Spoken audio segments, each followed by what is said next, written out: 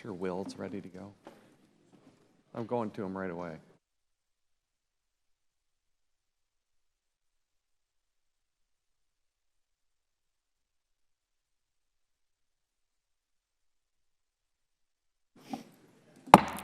Committee on Oversight and Government Reform will come to order. Without objection, the Chair is authorized to declare a recess at any time. This is a follow-up to our November 17, 2015 hearing. And as part of my opening remarks, I'd actually like to yield to the gentleman from Texas, Mr. Hurd. Thank you, Mr. Chairman. Last November, I said in my opening remarks that the challenges facing the Department in the area of cybersecurity were not only technical in nature. The tools to address these issues already exist, whether it be continuous monitoring, Einstein, or multi-factor authentication, the list goes on. The technology is here. Cybersecurity for the federal government is a matter of quality management and effective leadership, not just tech. And I'm pleased to see not only Mr. Harris back before this committee today, but also Acting Secretary King. Because cybersecurity and information technology are issues that must be addressed not only by the CIO's office, but also by the agency head. Implementation of FITARA and ensuring FISMA compliance are issues agency heads need to know about. Agencies can't treat data centers, multi-factor authentication, and legacy technologies as something just for the CIO staff. Cybersecurity and IT management are mission-critical infrastructure. They are as much a part of the agency's mission as student aid. And who is ultimately accountable for IT and cybersecurity issues? The answer isn't only Mr. Harris and his team in the OCIO shop, it is also you, Mr. King. My amendment was included in the Student Success Act, which restated the sense of Congress that students' PII was of the utmost importance to protect. This committee will continue to hold agency heads responsible for the state of their agency's information technology and cybersecurity posture. The good news for the Department of Education and really the American people is that we aren't here today to discuss a massive data breach involving millions of Americans' PII.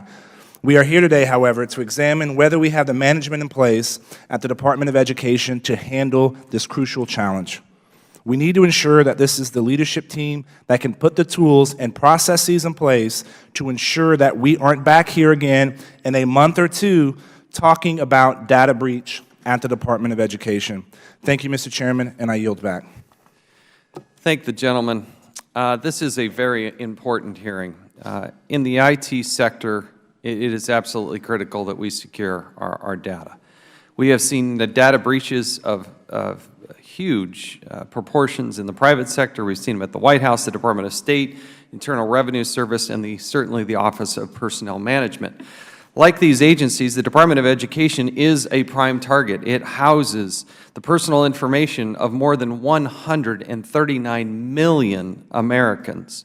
The data breach at the Office of Personnel Management was something like 22 million, but there are 139 million Americans that would be affected by a data breach at the Department of Education. We also need to remember that the Department of Education also oversees a student loan portfolio of more than $1.2 trillion. This puts it on the proportion of Citibank and other major financial institutions. It is critical because taxpayers deserve the best in our Chief Information Officer, and they're not getting the best at the Department of Education. The Inspector General testified recently that the Department continues to be vulnerable to security threats and has repeatedly failed to implement their recommendations and failed to detect friendly hacks into their system. The Department scored a negative, it was one of just a handful of agencies, but a negative 14% on the Office of Management Budget's Cyber Sprint. Cyber Sprint was intended to get government-wide, get them up to speed, put more security in place, and yet the Department of Education was one of a handful of agencies that actually scored negative on that. And they received an F in the FITARA scorecard. This is a self-reported score, and they scored an F. Mr. Harris has served as the Chief Information Officer since 2008, and by virtually every metric, he is failing to adequately secure the Department's systems. The committee's concerns were further amplified after learning Mr. Harris was investigated for possible criminal and administrative misconduct. The IG closed its investigation a few months ago, finding that the CIO potentially broke 12 federal laws, regulations, and/or agency directives. But the Department of Justice refused to prosecute. That is a mystery to us. We don't understand why they would not prosecute such wide use and abuse of the system. Mr. Harris was running 2 side businesses he intentionally failed to disclose on federally required ethics forms, a home theater installation business, a car detailing business, and inappropriately used agency resources and most likely agency time. Mr. Harris also admitted to the Inspector General he did not report the income to the Internal Revenue Service. Now, most Americans would get in trouble for this type of situation and not basically hiding information from the IRS. Additionally, the Inspector General raised serious allegations that Mr. Harris influenced government contract. As a high-ranking public official, Mr. Harris played a role in awarding and oversighting contracts to a close friend's company. Equally disconcerting are the anonymous tips that the Inspector General described Mr. Harris' leadership as intimidating. This investigation started because people within the Department of Education expressed concern as whistleblowers. And the morale in the office of the CIO is an all-time low due to a dysfunctional environment that Mr. Harris has cultivated. Let me put up the chart. There we go. We rely heavily on a disinterested third party to come in and evaluate. These are 14 metrics in the office of the CIO at the Department of Education. Every single score is going down. Every single one of those is negative. And the Office of the Chief Information Officer at the Department of Education scored 285 out of 320, near the very bottom of his class. You can take that chart down. Look at the turnover rate for the IT staff within the Department of Education. Fiscal year, it was 5%. Turnover rate in fiscal 2014 was 6%. Turnover rate in 2015 was 10%. It's a key metric and an understanding that maybe things aren't very good in that department. Every key metric is down. They're scoring an F on their scorecard. You got an IG who's making a recommendation for criminal prosecution, the Department of Justice, and what does the Department of Education do? They give him bonuses. More than $200,000 in bonuses, Mr. Harris got over the last 10 years. And I want to know why. We got good, quality people working at the Department of Education, and we got something wrong going on in that department, and we're bonusing them up? That makes absolutely no sense.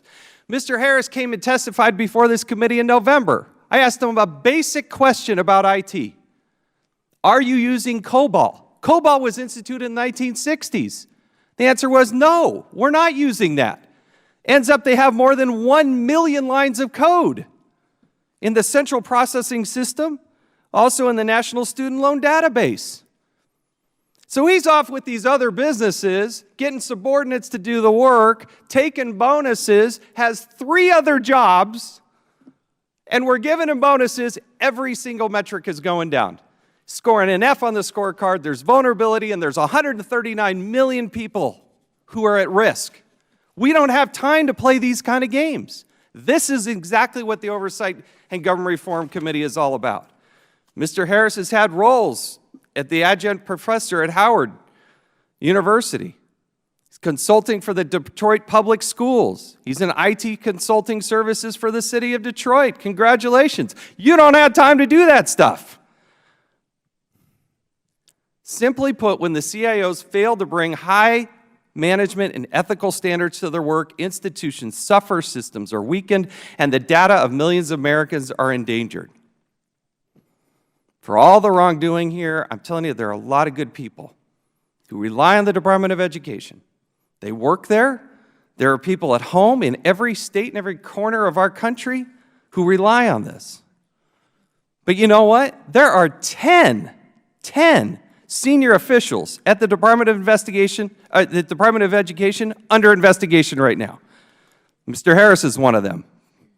Bob Shireman's another one. Who are the other ones? Because this is an agency that has to function. If we're going to pour the billions of dollars in it, they got to deal with it ethically. But we're looking at a situation here that's not going well.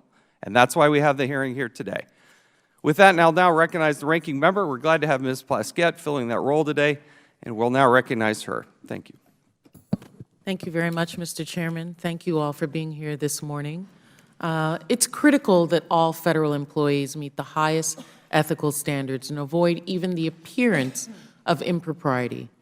It's therefore essential that agencies take swift and appropriate action upon learning that one of their employees has engaged in either misconduct or exercised poor judgment in their work. In this instance, the Department of Education's Inspector General conducted a thorough investigation into allegations of wrongdoing involving the department's Chief Information Officer, Mr. Danny Harris. In doing so, the IG dismissed some of those allegations as unsubstantiated and suggested that others were, and I quote, may have violated federal laws, regulations, and departmental directives, unquote. Now, while the IG's report of investigations indicated that the CIO, Mr. Harris, may have violated federal laws, it appears that law enforcement authorities who examined the alleged misconduct did not find any criminal wrongdoing after their investigation. That being said, the IG reports a series of errors in judgment by the CIO that raised valid questions about his ethical conduct. For example, though the IG did not find that the CIO influenced the department's contracting process, the IG did find that the CIO had, and again I'm going to quote, participated in awarding department contracts to a company while having a personal relationship with the company's owner. We definitely need to ask you about that. The IG also found that for a period of time, the CIO used his subordinate staff to help him run a home theater installation and car detailing business. While the IG did not identify anything prohibiting the CIO from running these businesses during non-work hours, the CIO's decision to use both subordinate employees and failure to report the earned income from that work shows at a bare minimum poor judgment on his part. While the department could not identify any specific policies or procedures that the CIO had violated, it took corrective action, including mandating that he undergo at least 4 in-person counseling sessions, as well as receive formal written ethical guidance going forward. Since those counseling sessions, the CIO has reportedly taken the necessary steps to correct the deficiencies the IG found. And most importantly, since 2012, the CIO has not engaged in any of the ethically questionable behavior that the IG raised in the investigation. The fact that the CIO is no longer engaged in questionable conduct is nothing to celebrate. As a senior official in the department, the CIO holds a critical leadership role and as such is expected to set a positive tone and example for the employees he supervises. If the department employees cannot trust their CIO is guided by the highest ethical standards at all times, what message does that send in the Department of Education?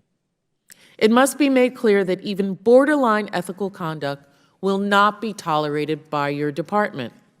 I look forward to hearing directly from the Acting Secretary of the Department, Mr. King, John King, and the CIO himself, Mr. Danny Harris, who is here, on what steps they have taken to ensure that an appropriate tone is set for all employees at the department, and what specific policies have been put in place, along with procedures, to assure that these types of actions will not occur again.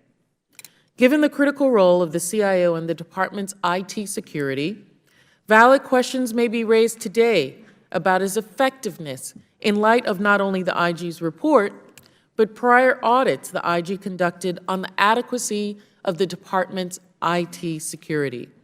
Those audits were examined at length by this committee during a hearing it held this past November on the state of the department's cybersecurity. I expect that we will hear today from the CIO not only on an update of any improvements and progress the department has made in cybersecurity since the hearing, but also his vision, your vision, Mr. Harris, and plan for strengthening department's overall information system. Thank you, Mr. Chairman. Thank you. We'll hold the record open for 5 legislative days for any members who would like to submit a written statement. We'll now recognize our witnesses. Mr. Danny Harris currently serves as the Chief Information Officer of the United States Department of Education, a role he has served in since 2008. Prior to his current position, Mr. Harris served as Deputy Chief Financial Officer for 5 years. In his capacity, he was responsible for contract administration, grant management, accounting, risk management, internal controls, internal travel, and financial management systems. Ms. Sandra Bruce currently serves as the Deputy Inspector General of the United States Department of Education, and she has more than 30 years of experience directing, overseeing, and managing complex audit, inspections, and investigative-related programs. Ms. Susan Winchell has served as the Assistant General Counsel for Ethics at the United States Department of Education since 2007. Ms. Winchell previously served as the Deputy Assistant General Counsel and as the Associate General Counsel at the U.S. Office of Government Ethics. Mr. John King currently serves as the Acting Secretary of Education, a position he assumed in January of 2016. Before becoming Acting Secretary, Mr. King had served since January of 2015 at the Department as the Principal Senior Advisor. This is Mr. King's first time testifying before our committee, and we welcome you here today. Thank you for joining us. Pursuant to committee rules, all witnesses are to be sworn before they testify. If you'll please rise and raise your right hand. Do you solemnly swear or affirm that the testimony you're about to give will be the truth, the whole truth, and nothing but the truth? Thank you. Please be seated. Let the record reflect that the witnesses all answered in the affirmative. In order to allow time for discussion, we would appreciate if you would please limit your oral testimony to 5 minutes, and your entire written statement will be made part of the record. Mr. Harris, you're now recognized for 5 minutes. Thank you. Chairman Chavez, Ranking Member Plaskett, and members of the committee, thank you for giving me the opportunity to share with you my response to the allegations raised and investigated by the Department's Inspector General. I've been proud to serve the public for the last 32 years at the Department of Education. However, in light of the IG's investigation and the counseling I received from the Office of the Deputy Secretary and the Office of the General Counsel at the Department, I fully understand and I take full responsibility for how some of my actions could allow questions to arise about my judgment. I view my behavior as unacceptable, and I have learned from this experience. Before I address the topic of this hearing, I'd like to provide the committee with an update on the progress on cybersecurity since the last time I sat before you in November. Since that time, the Department has enhanced its progress by standing up an integrated project team that will be tracking all corrective action plans tied to FSMA or financial statement audits. The team is made up of the General Counsel, myself, the Deputy CIO, FSA Chief Operating Officer, and the FSA CIO. I believe focusing this level of attention by senior members of the agency will help ensure we meet our targets. The team will meet on a weekly basis to ensure that all corrective actions are resolved based on the dates provided to and agreed upon by the IG. The team will be paying particular attention to any items associated with the Department's high-value assets, as well as items listed as repeat findings. With respect to the IG's investigation, I have promptly and fully cooperated with the investigation. While I was not provided with a list of specific accusations against me based on the questions during the investigation and the counseling I received, I understand that some concerns were expressed about my interactions with subordinate employees. My management style is to take an interest in and care about my colleagues and subordinates. I've been blessed with the opportunity to work with many outstanding individuals, and even more blessed to have formed a friendship with some of the employees at the department. Again, based on questions during the investigation and the counseling I received, I believe that concerns were raised about my conduct with respect to my hobbies. This is, in my personal time, I enjoy detailing cars. Additionally, prior to the investigation, I had also enjoyed installing audio-video equipment. My staff members at the department were aware of these hobbies, and 2 of these individuals in particular were interested in learning more about these activities. I now realize that by including them in my hobbies for which they were compensated, I used poor judgment.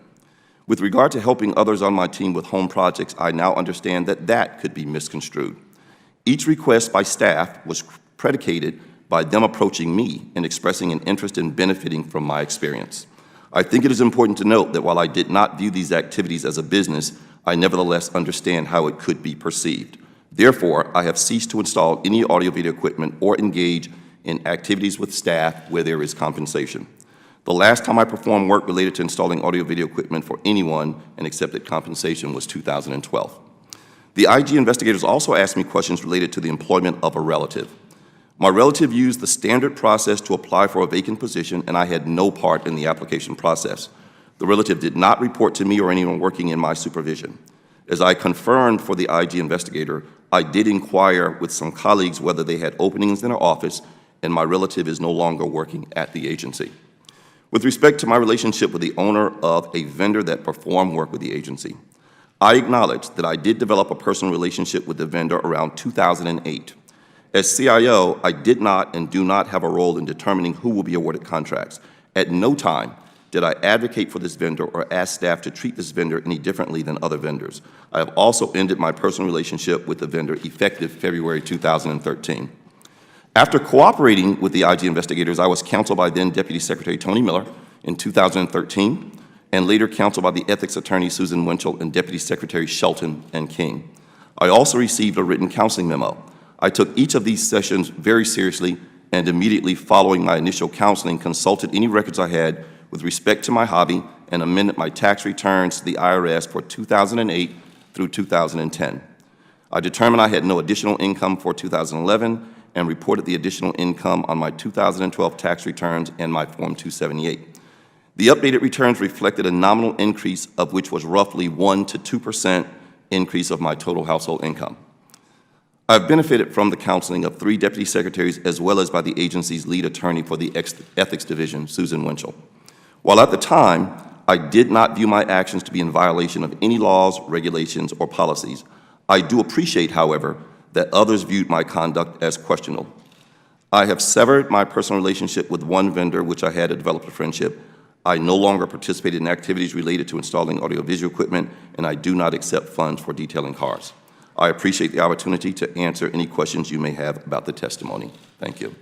Thank you. Ms. Bruce, you're now recognized for 5 minutes. Chairman Chaffetz, Ranking Member Plaskett, and members of the committee, thank you for inviting me here today to discuss the Department of Education Office of Inspector General investigation of Dr. Danny Harris, the department's Chief Information Officer. As detailed in my written testimony, in 2011 and 2012, the OIG received 2 anonymous complaints concerning allegations of criminal and administrative misconduct by Dr. Harris. The complaints included allegations that Dr. Harris improperly awarded contracts to a company owned by his personal friend, operated a home theater installation business with a subordinate employee, and solicited other department employees to perform work for this business. During our investigation, we learned of additional complaints alleging that Dr. Harris operated a business detailing cars where he employed subordinate employees to assist with the detailing work, and also accepted payments from subordinate employees for detailing their cars. Instructed a subordinate employee to purchase products from eBay for his home theater business, and sold items on eBay using the subordinate's account, splitting the proceeds with the subordinate, and further used his department email account to conduct these transactions. Appeared to have advocated for a relative's employment within the department, and appeared to have made a $4,000 personal loan to one of his subordinate staff. By April 2013, our investigation had substantiated most of these allegations. Our investigation determined that Dr. Harris operated outside business ventures involving home theater installation and car detailing with members of his subordinate staff, had business cards, and received payments from subordinate employees for services provided by those ventures. Dr. Harris informed us that the home theater installation venture generated at least $10,000 in income, which exceeded the $200 annual threshold that required reporting on the Public Financial Disclosure Report, Office of Government Ethics Form 278. Dr. Harris admitted that he did not report the income on the required forms during the relevant time periods. The department's designated ethics official informed the OIG that Dr. Harris not reporting the income on his ethics forms was a problem that needed to be referred to the U.S. Attorney's Office. Dr. Harris also advised that he did not report this income on his taxes and acknowledged that he probably should have done so. Our investigation also determined that Dr. Harris used his department email account to conduct his outside business ventures. participated on a panel that awarded a contract to a company owned by someone he had a personal relationship with. His participation, however, did not result in that contract being improperly awarded. Took actions to help a relative secure employment within the department. The relative was employed at the GS4 level from 2010 to 2013. Made a $4,000 loan to one of his subordinate staff. We received conflicting information regarding the allegation that Dr. Harris instructed a subordinate employee to purchase products from eBay for his home theater business. Dr. Harris stated that the purchase was for his personal use. The employee stated the purchase related to the home theater installation business. As our criminal investigation into the allegations against Dr. Harris continued, we provided a report of our initial findings to the department so that it could take appropriate administrative action against Dr. Harris. The OIG also made a referral to the Internal Revenue Service regarding Dr. Harris's failure to report all of his income on his income tax returns. In February 2015, the U.S. District Attorney's Office for the District of Columbia declined prosecution of all issues based on the availability of administrative remedies. In March, we submitted another report to the department noting the U.S. Attorney's decision. In June 2015, the Acting Deputy Secretary responded to our report stating that, overall, the department found no violation of law or regulation. Instead, the Acting Deputy Secretary said that he believed Dr. Harris displayed certain lapses in judgment, which were addressed through counseling provided by the two prior Deputy Secretaries and the Acting Deputy Secretary, and also guidance provided by the department's ethics official. We closed our investigation administratively in September 2015. This concludes my remarks, and I'm happy to answer your questions. Thank you. Ms. Winchell, you're now recognized for 5 minutes. Chairman Chaffetz, Representative Plaskett, members of the committee, thank you for the opportunity to appear before you today and discuss the matter regarding the department's Chief Information Officer, Danny Harris. As the designated agency ethics official at the department, I am responsible for running the department's ethics program.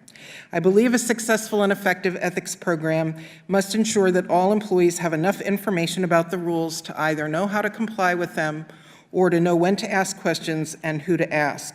I take this responsibility very seriously. I first became aware of the IG's investigation in February of 2013.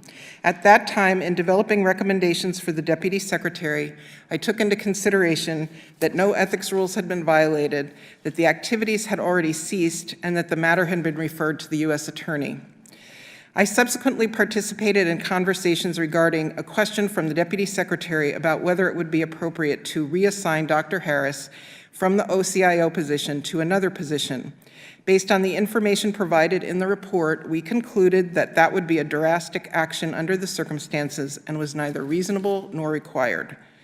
According to information provided in the IG's report, the kinds of financial relationships Dr. Harris engaged in with subordinates are not covered by the criminal conflict of interest statute, but they do raise potential concerns under the standards of ethical conduct. I believe that paying a subordinate to provide services outside of work and providing personal services for a fee to a subordinate does create a covered relationship with those subordinates.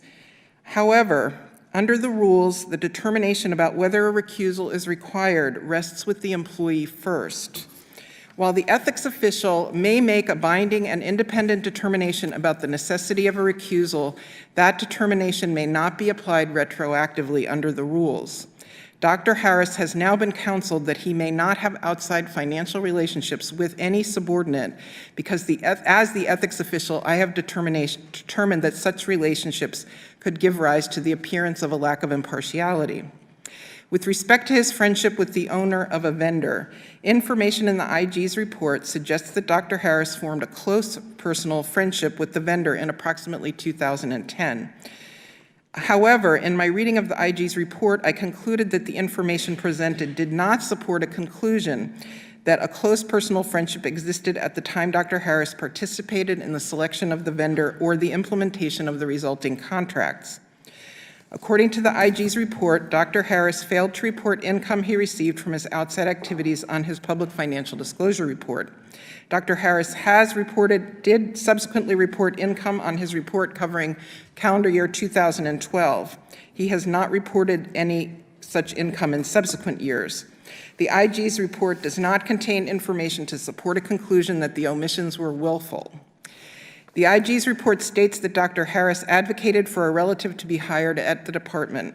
From an ethics perspective, I reviewed the information provided in the report to determine whether Dr. Harris misused his government position in attempting to obtain employment for a relative. I concluded that he did not, as there is no information showing that he participated in or attempted to influence the hiring process. In my view, a simple inquiry about job openings that might be suitable for a relative is not, without more, a misuse of position under the rules. Finally, I reviewed the allegation that Dr. Harris misused department equipment and resources by using department email and other electronic resources in connection with his outside activities. However, the IG's report did not clearly establish whether the outside activities were a business or a hobby. If the activities were a business, personal use of government equipment is prohibited under the department's policy. However, if they are a hobby, the department policy does permit a certain amount of personal use of such equipment.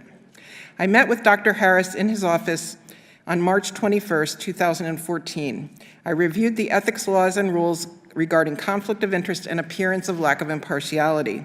This discussion focused to a large extent on how to handle friends in the workplace and appearance issues that arise when supervisors and subordinates have financial relationships outside of work. I also discussed gifts between employees and misuse of government equipment. Chairman Chaffetz, Representative Plaskett, and the members of the committee, this concludes my statement, and I am happy to answer any questions you may have. Thank you. Mr. King, you're now recognized for 5 minutes. Thank you. Chairman Chaffetz, Representative Plaskett, and members. Phone doesn't appear to be on there. Chairman Chaffetz, Representative Plaskett, and members of the committee, thank you for the opportunity to appear before you today. In January of 2015, I joined the department as senior advisor, delegated the duties of deputy secretary, and I became acting secretary on January 1st of this year when Secretary Arnie Duncan stepped down. I firmly believe that providing our children with a great education is not just about subject matter knowledge, but also about instilling the values that will help them become faithful contributors to our communities and democracy. I expect all department employees to adhere to the highest standards of ethical conduct. Before I address the actions taken by the department with respect to the report by the Inspector General in this matter, I'd like to provide you with a brief update of what the department has achieved to enhance our cybersecurity since the agency last testified before this committee, as I believe we have made meaningful progress. Specifically, we have moved from a rate of 11% compliance for two-factor authentication of all privileged users at the conclusion of the cybersecurity sprint to an overall compliance rate of 95% as of January 31st, 2016.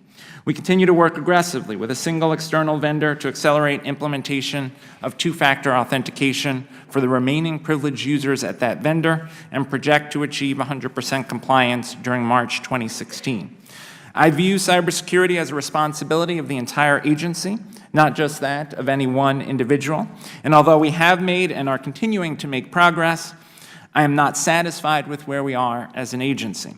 I've notified my team that we must do better, and I've directed my team to immediately undertake additional actions to strengthen our cybersecurity. These steps include using a focused and disciplined approach to systematically resolving and addressing the root causes behind any cybersecurity-related findings from both our 2015 FISMA audit and the 2015 financial statement audit. I have also directed the team to take additional steps to increase end-user cybersecurity awareness, to strengthen our incident response capabilities, and to continue to build the capacity of our internal team through hiring of additional professionals with expertise on these issues who can assist us in implementing best practices and improving the department's cybersecurity program. Returning to the IG's investigation and report issued to me in March 2015, I considered very seriously the allegations. Ultimately, my response to those allegations closed a several-years-long investigation and confirmed and supplemented the work of two prior deputy secretaries at the department, their and my staff, and our Office of the General Counsel. I considered this matter in the overall context of Dr. Harris's more than 30-year career with the department. Dr. Harris has been steadily promoted under administrations of both parties to roles of increasing responsibility. He was promoted to the Senior Executive Service in 1998 and was appointed to his current role as CIO during the prior administration under Secretary Spellings in 2008. He has been widely recognized for his work in the CIO role. Given that history of service and my commitment to ethics, I was therefore troubled to learn of the IG's investigation. However, I was also informed that Dr. Harris had been counseled by former Deputy Secretary Tony Miller on this matter, as well as my immediate predecessor, former Deputy Secretary Jim Shelton, and the agency's lead career ethics attorney, Susan Winchell.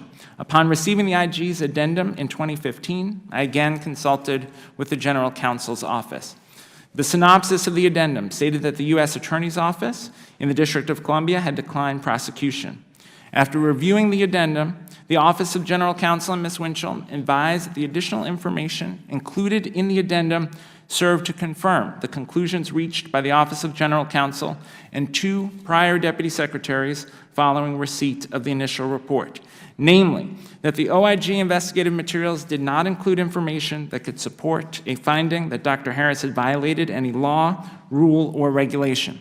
I considered all of these factors, along with the fact that the actions in question had occurred several years earlier, had since ceased, and that Dr. Harris took immediate responsibility for his actions and, where appropriate, included the relevant income on his financial disclosure forms and took other corrective actions.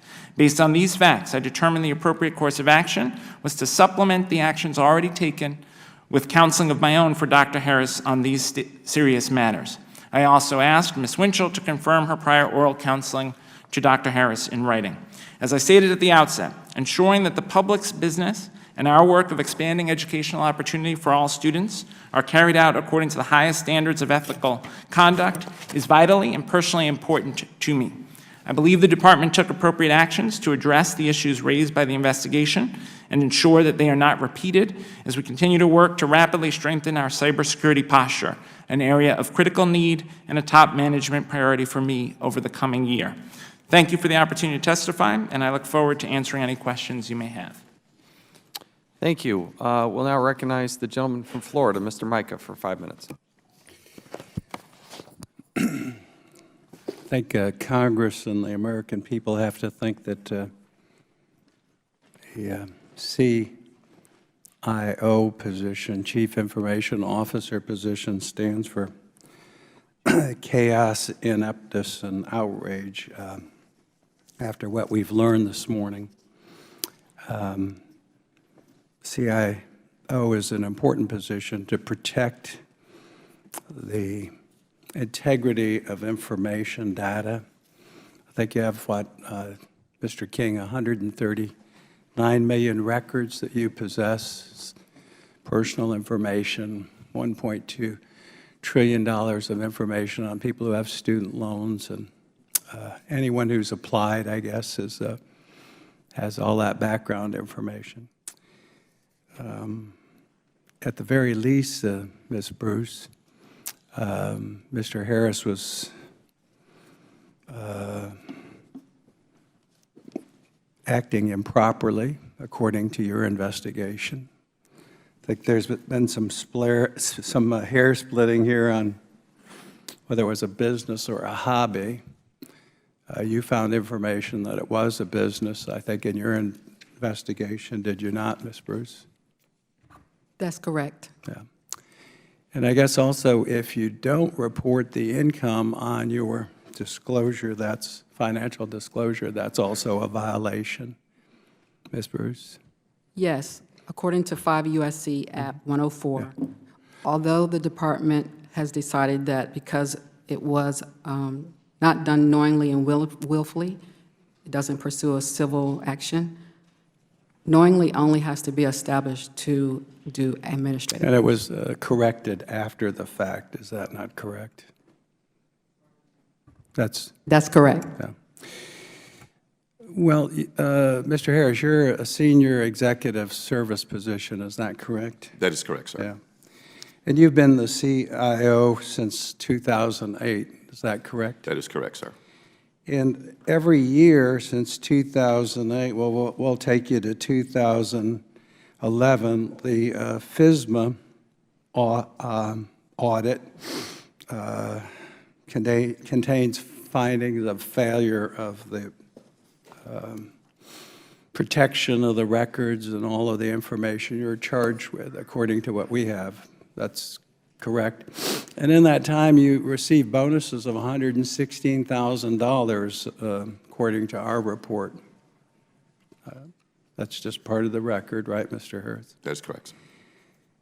This whole investigation started in December of 2011. In the meantime, you received bonuses in 2012 of $17,000, 2013, $17,000, 2014.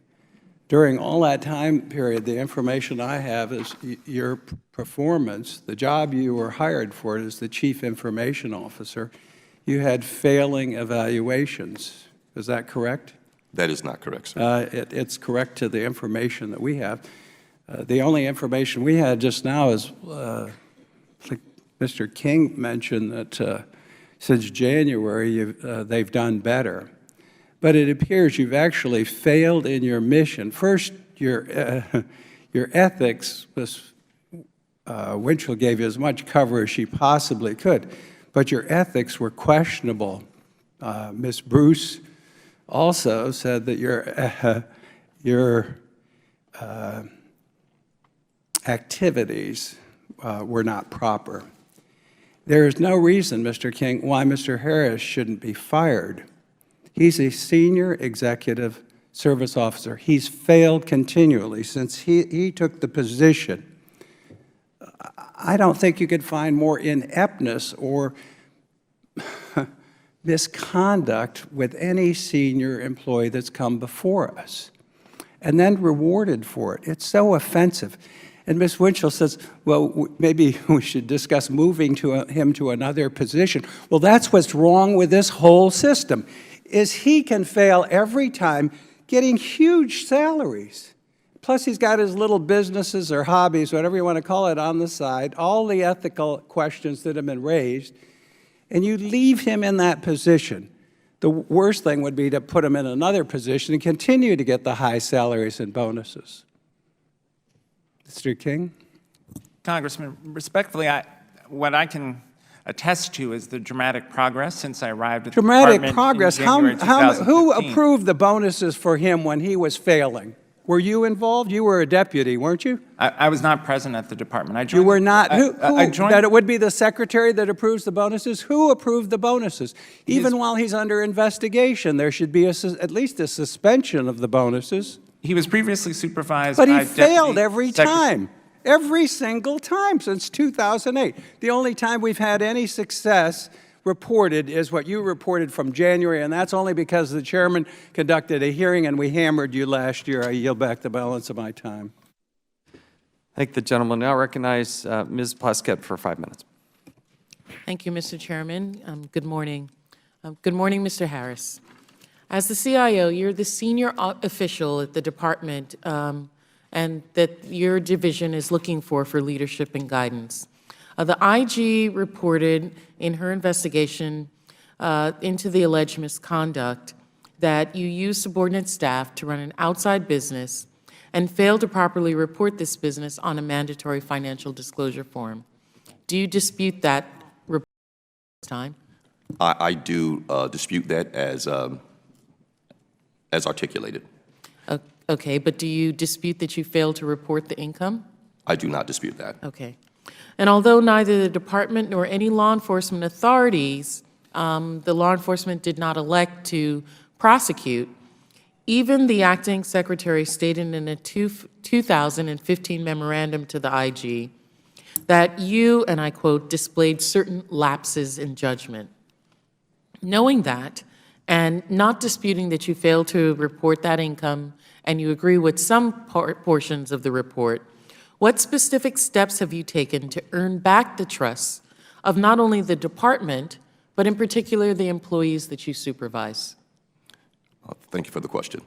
I want to say categorically that these were hobbies that I employed for the greater part of my life.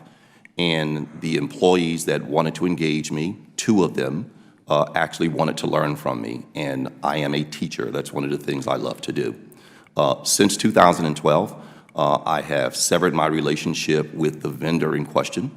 And I'd like to also say that in 2004, when I sat on a panel, not selecting the vendor, but providing a review for the panel, I was not a personal friend of that vendor.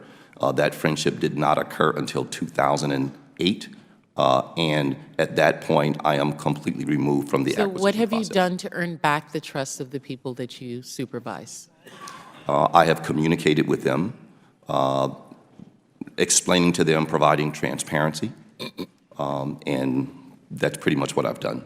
And do you believe that that alone is sufficient to allow you to effectively serve as the CIO of the Department of Education? I'm sorry, would you ask that question again? So you said that what you have done to earn back their trust is communicate with them about severing your ties with the contractor.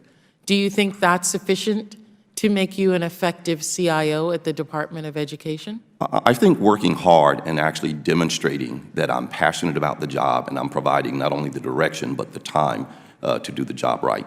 I'd also like to put my job as CIO in context, if I may.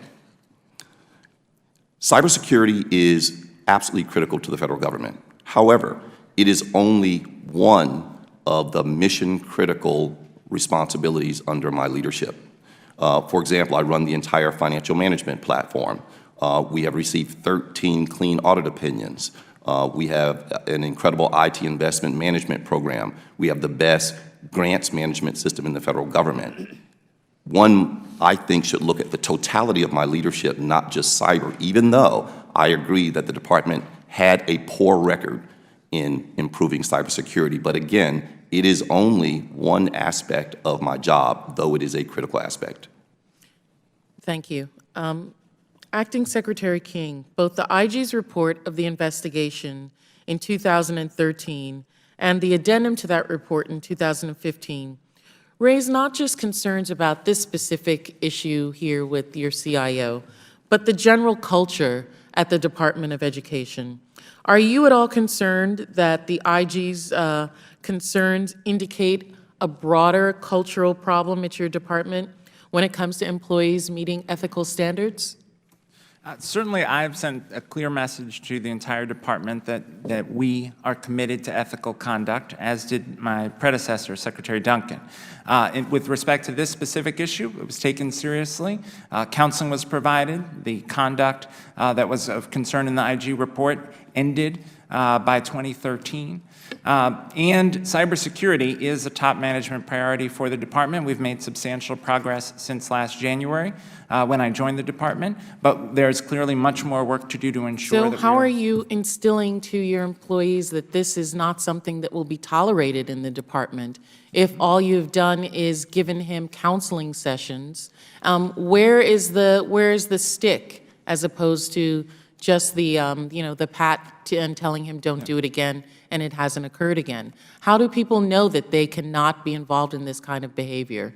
Is there anything procedurally that you have done with Mr. Harris or moving forward put in place that will demonstrate that to people? We provide ethics training to all new employees and annual ethics training to all employees.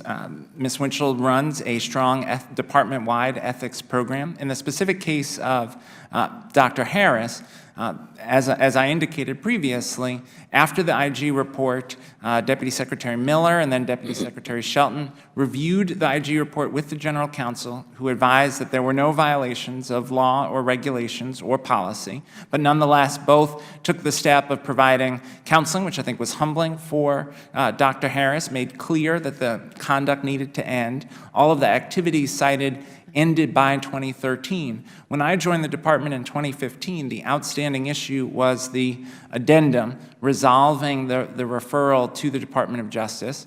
Department of Justice also found there was no justification for further action in terms of a violation of law.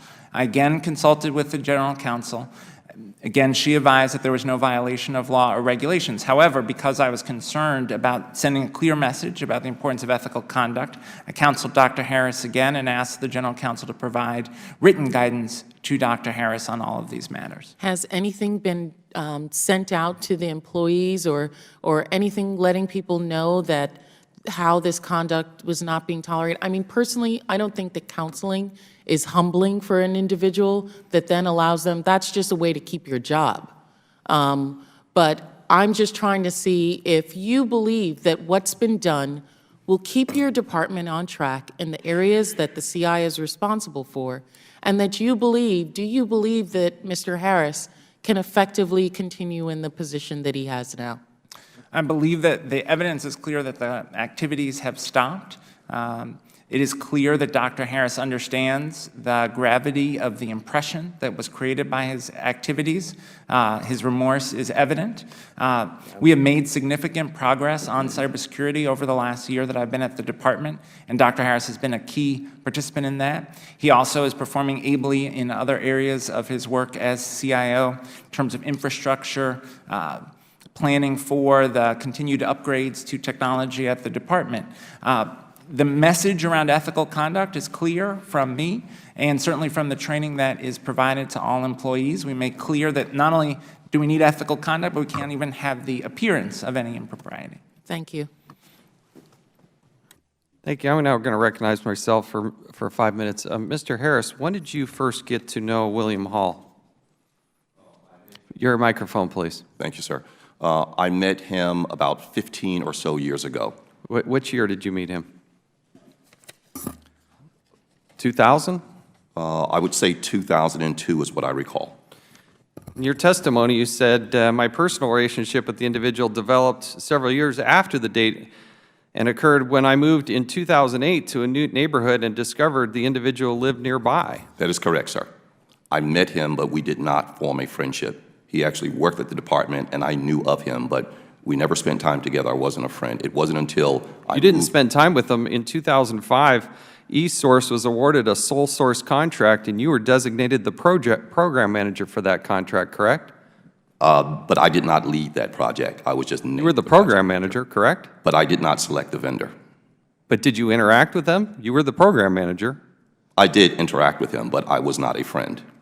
It's no different than the vendors, the other vendors that I interact with that hold contracts with the department. 2006, eSource was awarded another contract, and you were again made program manager for that, correct? I don't recall, sir. I don't have that in front of me. Okay. The point is, based on your testimony, written testimony, you said you really got to know him in 2008, but it's clear that you'd known him since 2001. You there was somebody that they had recommended, Mr. Hall had recommended to come work for you, who then you hired, and then she oversaw those contracts, correct? That is not true. Okay, we're going to explore that a little bit more. Be careful about how you answer that one.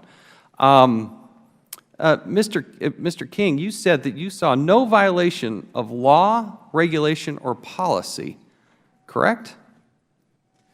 That was what was advised by our Okay, general so counsel. let's go through this. Mr. Harris,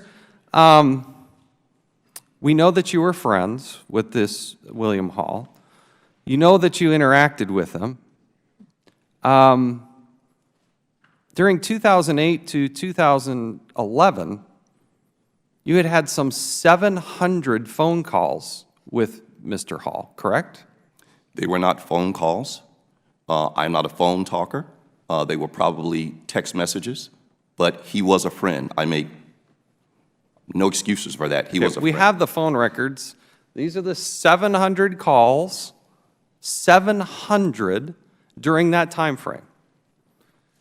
There are two contracts to get awarded during that time, correct? One was a renewal, one was a new one. I am not involved in the acquisitions process in any shape, form, or You're in fashion. charge. You're obviously very good friends with this person.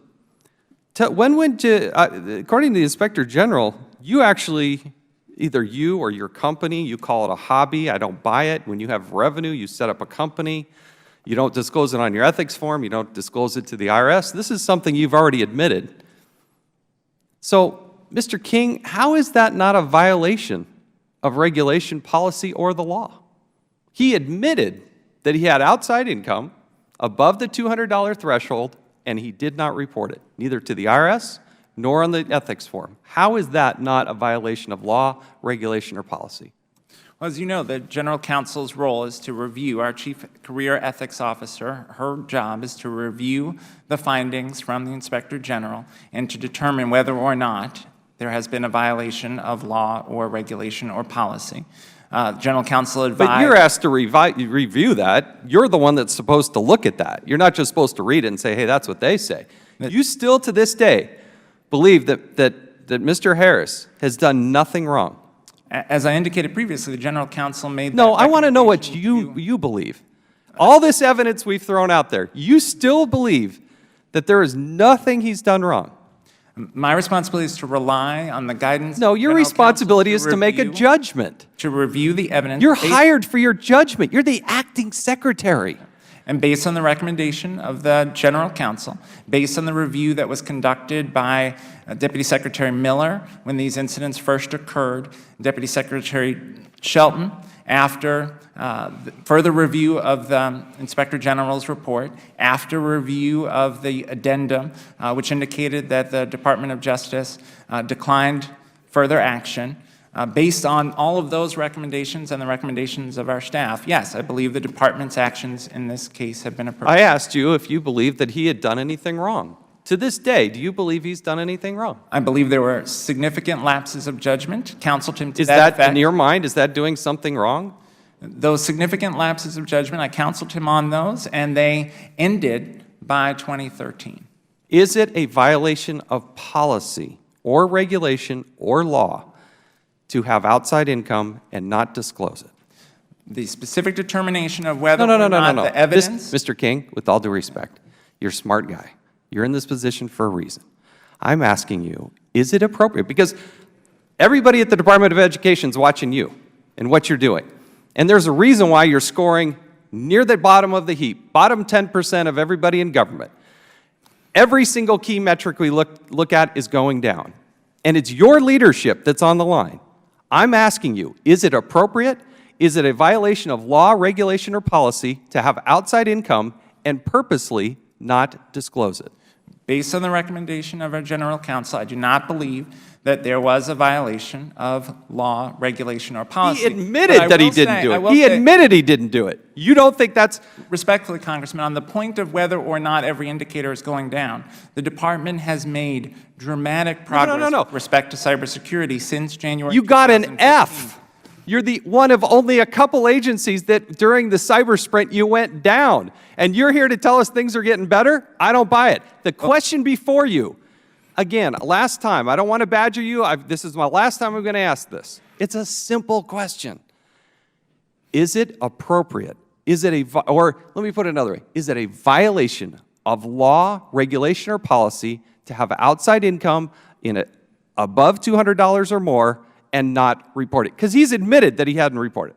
There was a lapse in judgment. As a result of that lapse in judgment, Dr. Harris was counseled on the point of the progress made. I'm asking you if it was a violation. Not did he go through counseling, which didn't do crap. Did he or did he not violate policy? Respectfully, Congressman, after the counseling, the activities ended.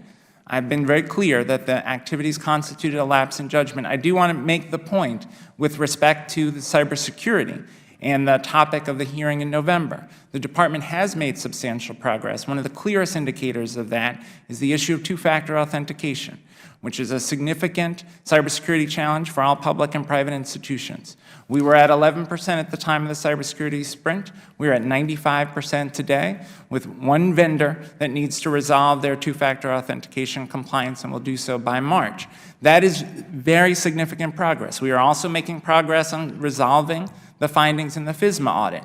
I joined the department in January 2015. Like you, I did not feel that the department had done adequate work to protect our cybersecurity. We have since then made tremendous progress.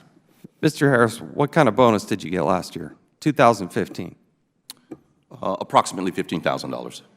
All right. So $230,000 in bonuses. Really? You can justify that? I can't speak to the reviews of performance prior to my joining the department. I can say that since I joined the department in January 2015, we have made very significant progress on cybersecurity. There is no metric, with all due respect, and I appreciate the time here, there is not a single metric, not one, that is positive. Every single metric has gone down. With that, my time is more than expired. We'll now recognize the gentlewoman from New York, Ms. Maloney, for 5 minutes. Thank you. Dr. Harris, cybersecurity is a problem. It's been rated with an F. It's one of the biggest challenges we have before government. It's a huge responsibility to address it. And as the chairman pointed out, you had $230,000 in bonuses. I understand you're paid $183,000 a year for being the CIO. Is that correct? That is correct. And also, you're a consultant to the Department of Education for the City of Detroit. Is that correct? No longer, but at one time. How much were you paid those years when you were there? Approximately $5,000. Approximately $5,000. And then also, you teach at Howard University. That is correct. And how much you paid for that? $15,000. $15,000. And then on top of that, you have, I think, 3 other jobs I've heard today. You've got your car business with 40 employees. Is that correct? That is not correct. Do you have a car business? I do not. It is a hobby, and one other individual who's an enthusiast helps. Do you make money off of it? No, I do not. I get $50 and I pay for supplies. I make no money off of that. And then, then you have another hobby where you're putting equipment in people's homes and are compensated for that too, right? I did prior to 2012. Well, you're a very, very busy man. I can understand why there are problems at the cybersecurity and education department when you have so many other outside jobs. Anyway, on this situation with your friend, what was the contract for, the eSource contract, and how much was it for? You're the contract manager. Do you know what the contract was? Was it a $10 or $1 million? Which contract would you be referring to? The one in 2004? All of them. The one in 2004 and the other 2. The one in 2004, I believe, was for project support. The other contracts... Okay, how much was that one for? I have no idea. Can you find out and get back to the committee? I most certainly could. Okay, what were the other 2 for? I believe both were for project management support, and I can get you Project support. the information. Now, why did this have to be a sole source contract? That seems like a business that a lot of people could be in. I could even go in and give some project support. Why was that a sole source contract? Allow me to put in context how the department works in terms of acquisitions. I, as the CIO, provide general direction on technologies and implementations. Okay, can you get back into me in writing why that was a sole source contract? Because I think everybody on this panel could go in and do project support. That should be a competitively bid contract to the lowest qualified bidder.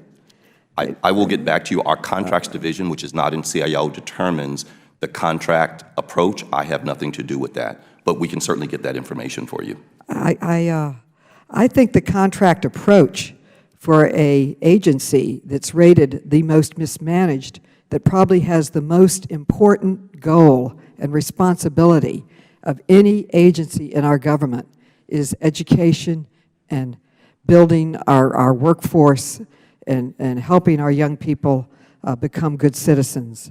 It's an incredibly important agency.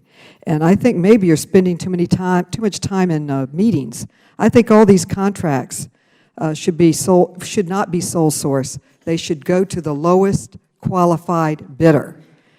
It'd be cheaper to administrate, and would cut out any threat or all these ethics meetings on whether or not there's a conflict of interest. Do you agree that a sole source contract would work, Dr. Harris? I'm not a subject matter expert on contracts, and that's not in my division. So, okay, Ms. Bruce, do you think a sole source contract to a qualified bidder? You have to have a panel make sure they're qualified, that they can do the work, that they have a work history, that they're paying their taxes as good citizens. Lowest qualified bidder. Something like the support service, do you think that could have been a sole source contract? Or should it be a sole source contract or competitively bid? Ms. Maloney, I would have to defer to the department as far as the acquisition process. I do know that the federal acquisition regulation and other processes do look for those things, but I would defer to the department as to why they made the decision to use the sole source contract. Yeah, I don't understand that. And I think we should change the law, that you go to the lowest qualified bidder, and if you go to a sole source, have to write out in detail why you need a sole source. I would just like to respond to Mr. King. I think the point that the chairman was trying to make is that when you head an agency, everyone looks at you. You're the leader, and you're sending messages to employees of how to act. And when someone violates a regulation or a law, then it tells everybody else they can violate the same one and go to counseling, and it's okay. So I think that's the point he was trying to make, that if we have rules and laws, they're supposed to be followed. That's why they're there. And if you're going to change it, that most people think you have a rule or a law, you follow it. Basically, what's happening under your leadership is you have a rule or law, you can violate it, just go to counseling, and it's okay. Is that an appropriate description of what's happening? No. So to be clear, the Office of General Counsel, my predecessor's predecessor, and my predecessor all reviewed the report of the IG and concluded there was no violation of law or regulation. But there is a law. There is a law that if you have outside income, you report it. And they didn't report it, the outside income. That, in my opinion, is a violation of a law. The General Counsel, in reviewing that specific issue, made a distinction between a hobby and a business and what knowledge of the application of the disclosure Dr. Harris had at the time. But to be clear, but I think we should change that too. Then we should say that a law is a law and that a hobby is also covered. Maybe we need to clarify it for your counsel. The conduct at the time, just to be clear, the conduct that was described in the IG report ended by 2013. I joined the department in 2015. Thank the gentlewoman, and I would, as we recognize Mr. Farenthold here, Mr. Harris, you previously served as the Deputy Chief Financial Officer. We introduced you as being responsible for contract administration, grant management, accounting. Your ignorance about contracting is, I think, without merit. We'll now recognize the gentleman from Texas, Mr. Farenthold, for 5 minutes. Thank you very much. Mr. Harris, I'm over here behind the person doing the transcriptions. I'll lean over so you can see me. So after the breaches at the OPM, the OMB launched the cyber sprint for 30 days, and you guys actually scored -14, which puts you in the worst of the worst. And I've kind of heard some testimony here that you are trying to improve, but the department's performance in that cyber sprint reinforces a key IG finding that the department had no mechanisms to restrict the use of unauthorized devices on its network. This was a finding from the 2011 fiscal year. The IG is continually warned that failure to restrict unauthorized devices on internal network segments could allow perpetrators to bypass the two-factor authorization, obtain information about the network, and gain access to the department's internal resources. Obviously, the private sector is moving faster than the government by banning workers from using portable devices such as USB drives and warning employees to be careful what they post on social media, and even discouraging workers from posting out-of-office replies on their emails.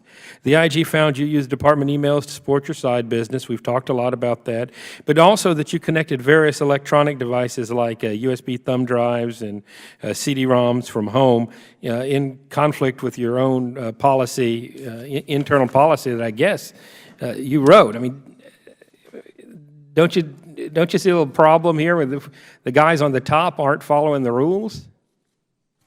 We certainly have tools in place now to restrict all employees from connecting anything. I think it's standard practice when you travel all the time with your devices so that you can work to inadvertently put a non-supported USB or a CD in a drive.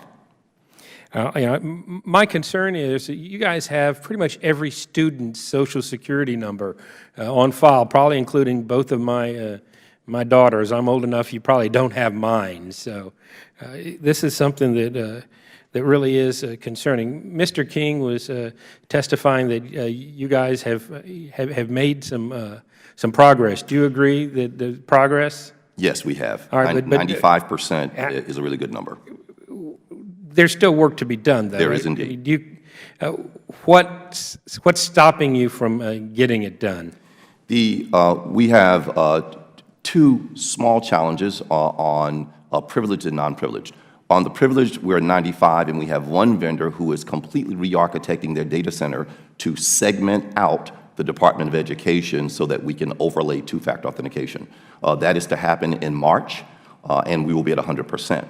In terms of unprivileged users, we are at 86% plus, and we're looking at our assistive technology and disabled community to provide technology that allows them to use two-factor, and then we will be 100% on unprivileged as well, and we're looking to achieve that by summer. All right, and so can you talk a little bit about your CIO, could you talk a little bit about your IT background in training? Because it looks like you came up through the financial and contracting segments. Actually, I came up through the IT segment. I started at the department as a GS5 programmer. I did development work probably for the first 7 years of my career. I did database administration work. So you should have. Why didn't you see some of this coming beforehand? I mean, obviously hindsight's 20/20, but so having worked up in the trenches of the organization, and you saw the headlines from Snowden to. I mean, why didn't we see some of this coming and do something about it before it hit the fan?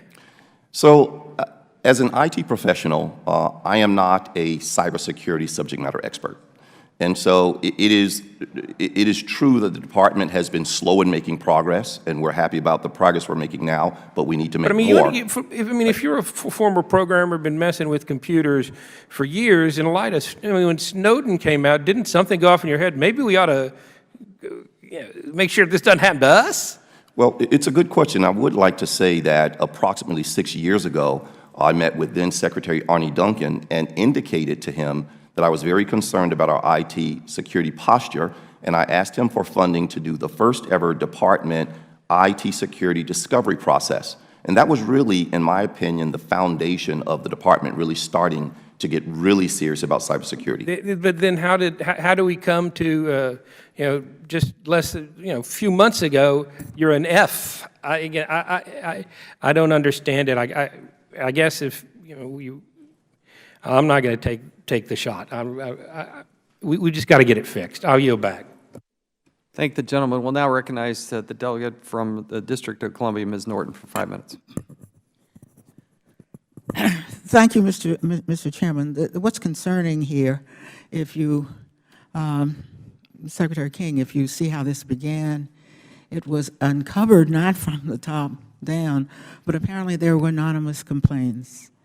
That suggests something that's very troubling. If you are an employee and you see, and who knows where these anonymous complaints, perhaps they were peers, but there's a good chance, given that we're talking about an SES member here, that it was subordinates and that there may have been resentment. And so you see that reflects on the department itself, and it's very concerning to me, since obviously you look to whoever's in charge to provide the example so they can reprimand those who do not live up to what is expected. Now, I have to tell you, I'm unimpressed that the U.S. Attorney did not proceed. I know how U.S. attorneys work. They have to have a slam dunk. It has to be worth it to them.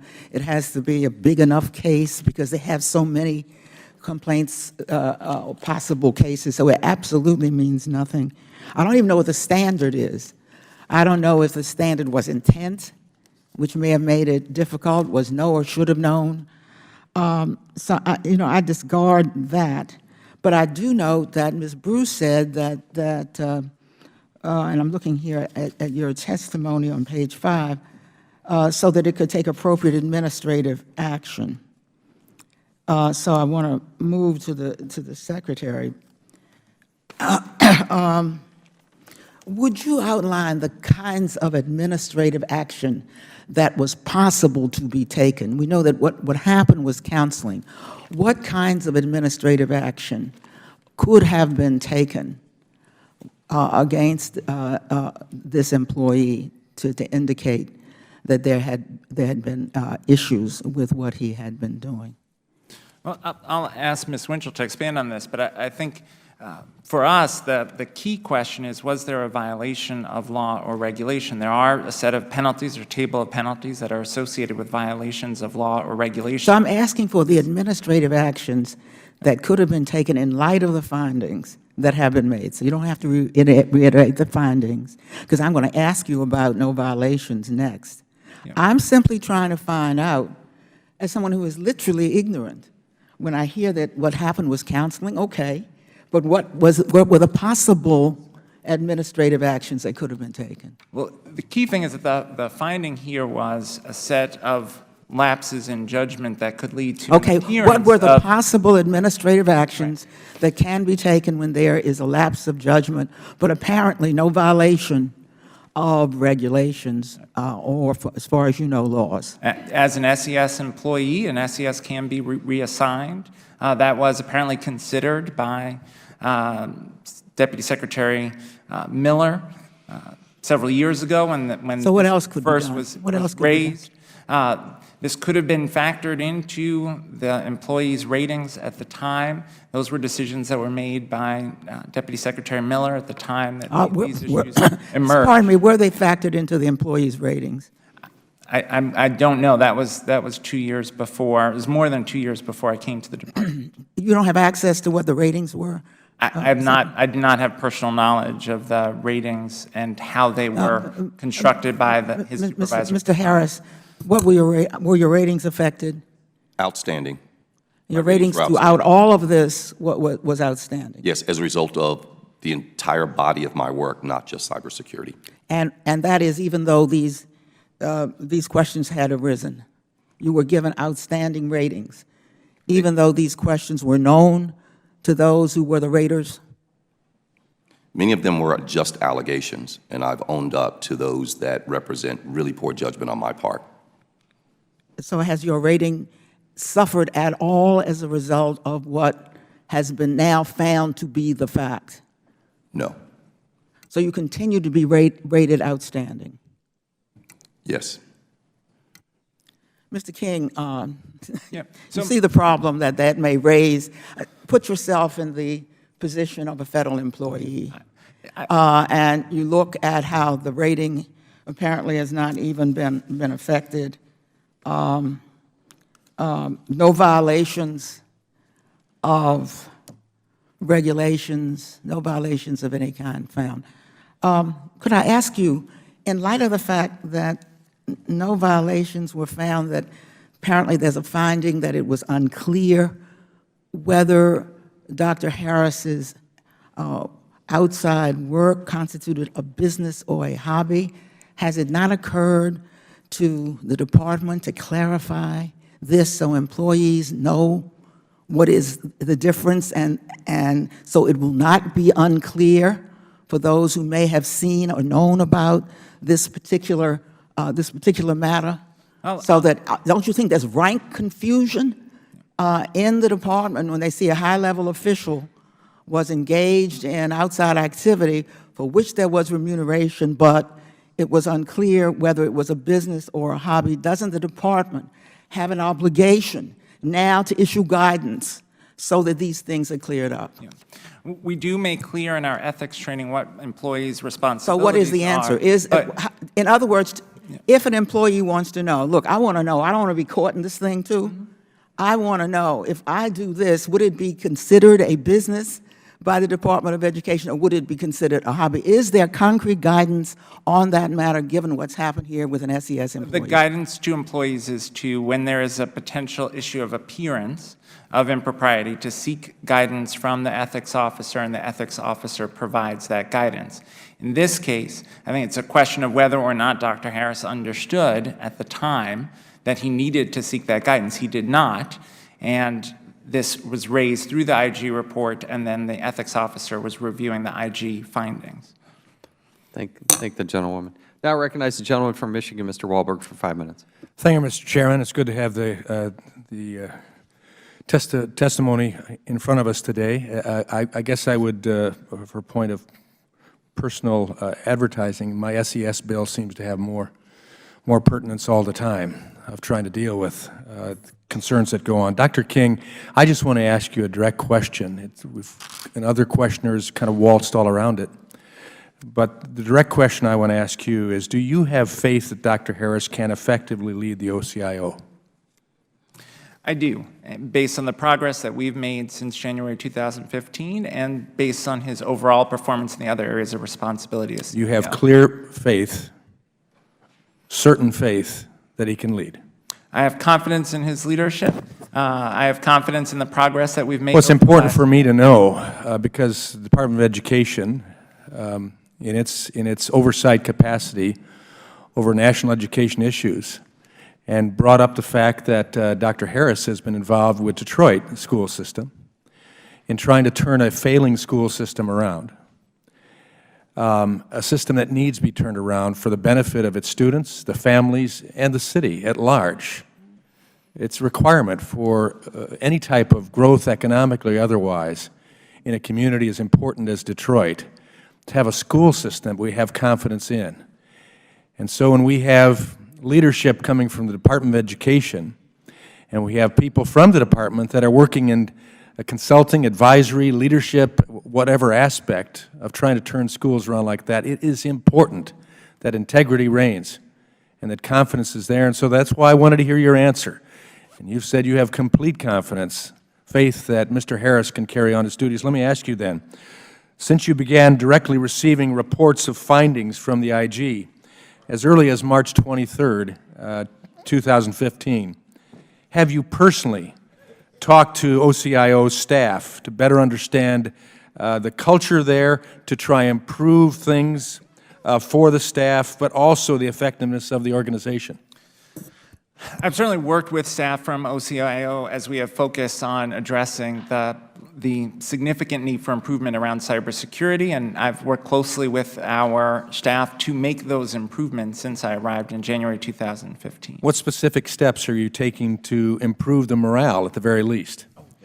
Well, I think Specific steps. The morale is bound up with the responsibility to execute on their work for the department, which is to ensure that the department's technology works smoothly for their fellow employees and to ensure that the personal information that we have is secure. And we have made substantial progress. I do think that substantial progress has required folks to work additional time, to adjust their work processes, but we are seeing progress. We're seeing progress in terms of our two-factor authentication. We're seeing progress in terms of the resolution of FSMA audit findings. I met with the CIO and members of his team, as well as our federal student aid technology team on a weekly basis for much of last year to ensure that we made progress, and we're going to continue to do that going forward. And I wish you well. During the committee's November hearing, Dr. Harris, under my questioning, could not answer my questions during the testimony, specifically in the area of risk rating and the facts, figures that were there, and the contracting issues.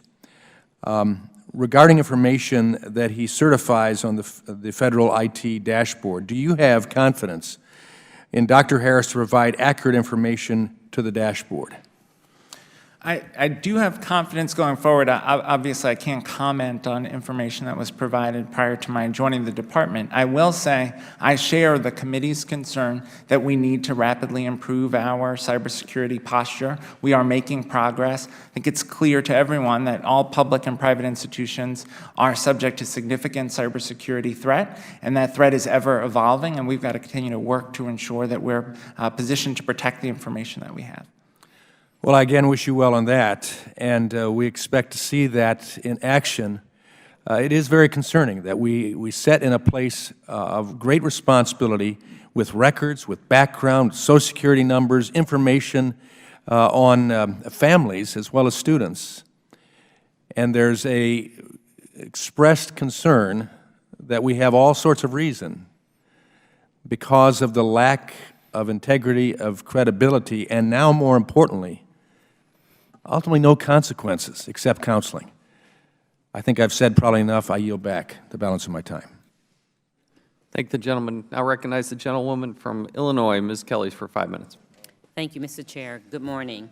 We all are aware of the constantly evolving cyber threats to information systems, as seen by the many breaches that have recently occurred in both the private and public sectors.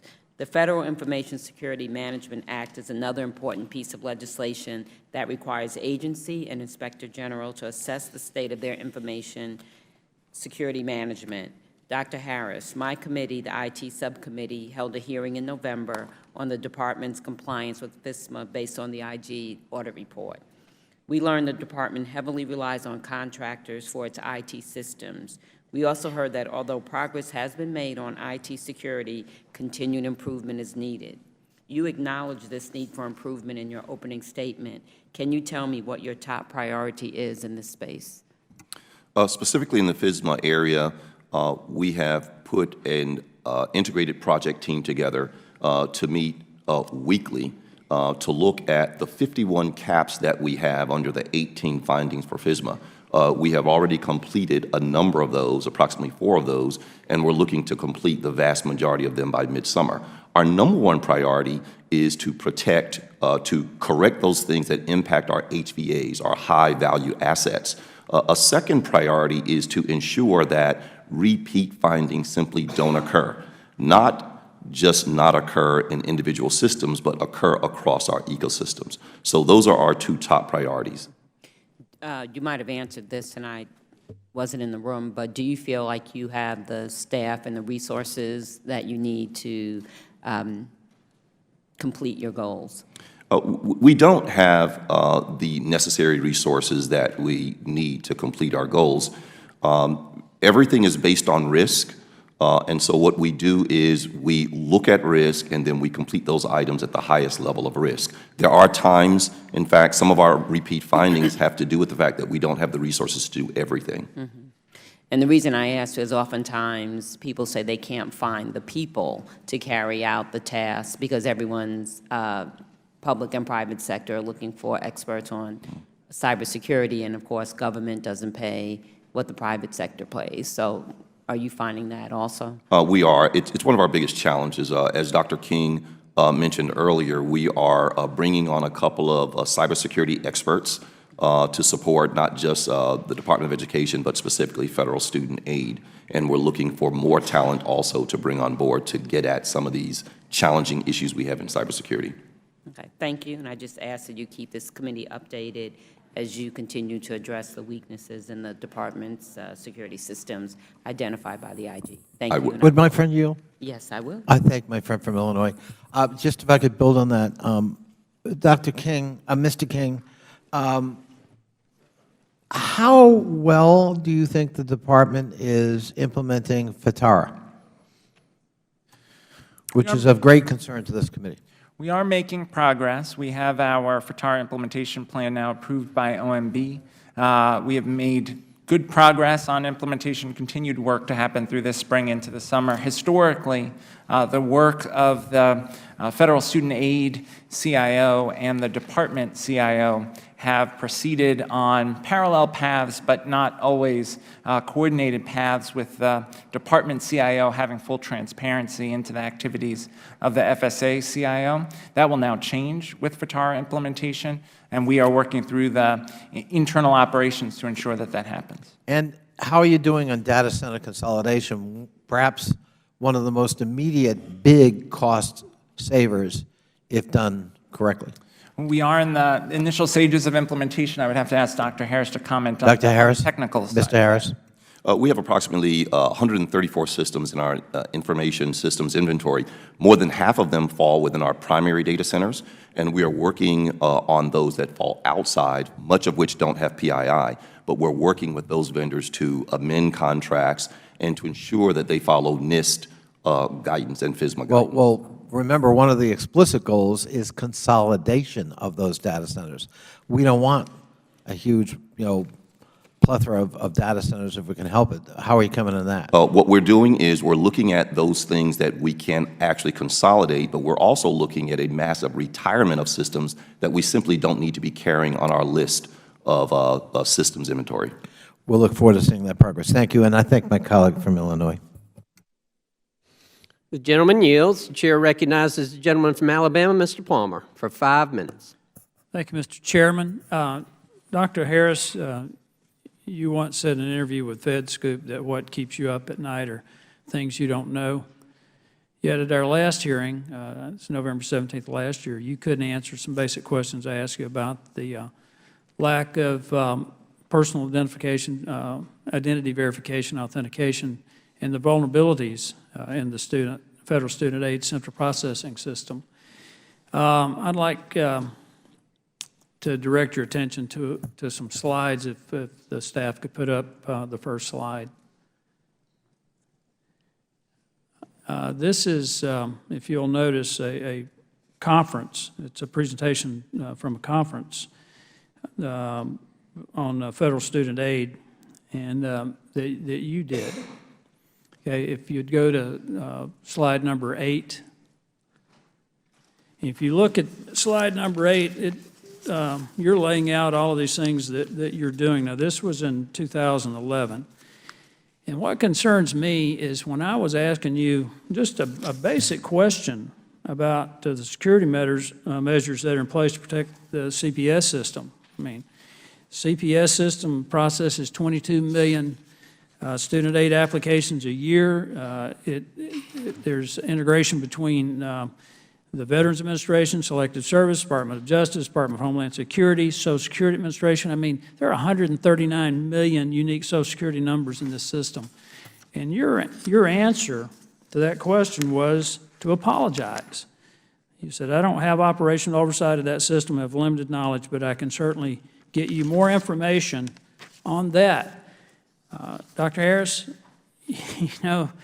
what you don't know may keep you up at night, but I can assure you when we get responses like that from people responsible for keeping our information systems protected, when you can't answer that, that keeps us up at night. What I'd like to do is to go back to this question and ask you, have you had time to learn about this since I asked you that question? I have, sir. And as a result of implementing FITARA, there are two significant things that have occurred that will allow me to engage federal student aid more. I made no apology, if you will, about my lack and limitation in the federal student area arena. They have, up until this point, independence, but FITARA will allow me, one, to have veto authority over federal student aid, IT activities, and spending. It will also put me on their investment review board, which I was not on before, to actually have an impact on how they strategize and plan their IT activities. Now I can truly get answers about how their ecosystem actually works. What is the status of implementing the personal identification verification? The PIV? The PIV. We are at 95%, and the one vendor that we talked about is in the federal student aid ecosystem, and we're hoping to be, our plan is to be 100% by March, once that vendor segments their architecture. You also made a point that you weren't able to give me an answer on that because you didn't have operational oversight, and I think you may have mentioned that it was performance-based organization. Can you describe the department's oversight of the PBO's information security activities under FISMA now? Yes, under FISMA, they follow the same guidelines that the rest of the department follows, and that actually does flow up to me. And that is exactly why we stood up the team, the senior team, to actually ensure that all of the lines of FISMA are on time and are met. How many of these, you made all of these points that things that you said needed to be done. How many of those have actually been done? I would have to see that again on the screen, sir, and I can react to that. Well, you can go back to that. We're down to the last few seconds here. Okay. But I can respond. I can provide that information to you, sir. Okay. That's all the questions I have, Mr. Chairman. I yield back. Thank the gentleman. We'll now recognize the gentleman from California, Mr. Liu, for 5 minutes. Thank you, Mr. Chair. I have a question for Mr. King. A number of times this morning, you have said that you believe Mr. Harris engaged in a hobby rather than a business venture. When I think of a hobby, I think of someone collecting stamps or building model airplanes or maybe gardening. I am not aware of any hobby known as installing home theaters in other people's homes for a profit. Are you aware that in this case that there was a business card that said Harris Audio Visual Innovation, which included a company logo and listed Daniel Harris as owner and operator? Are you aware of that? Just a yes or no.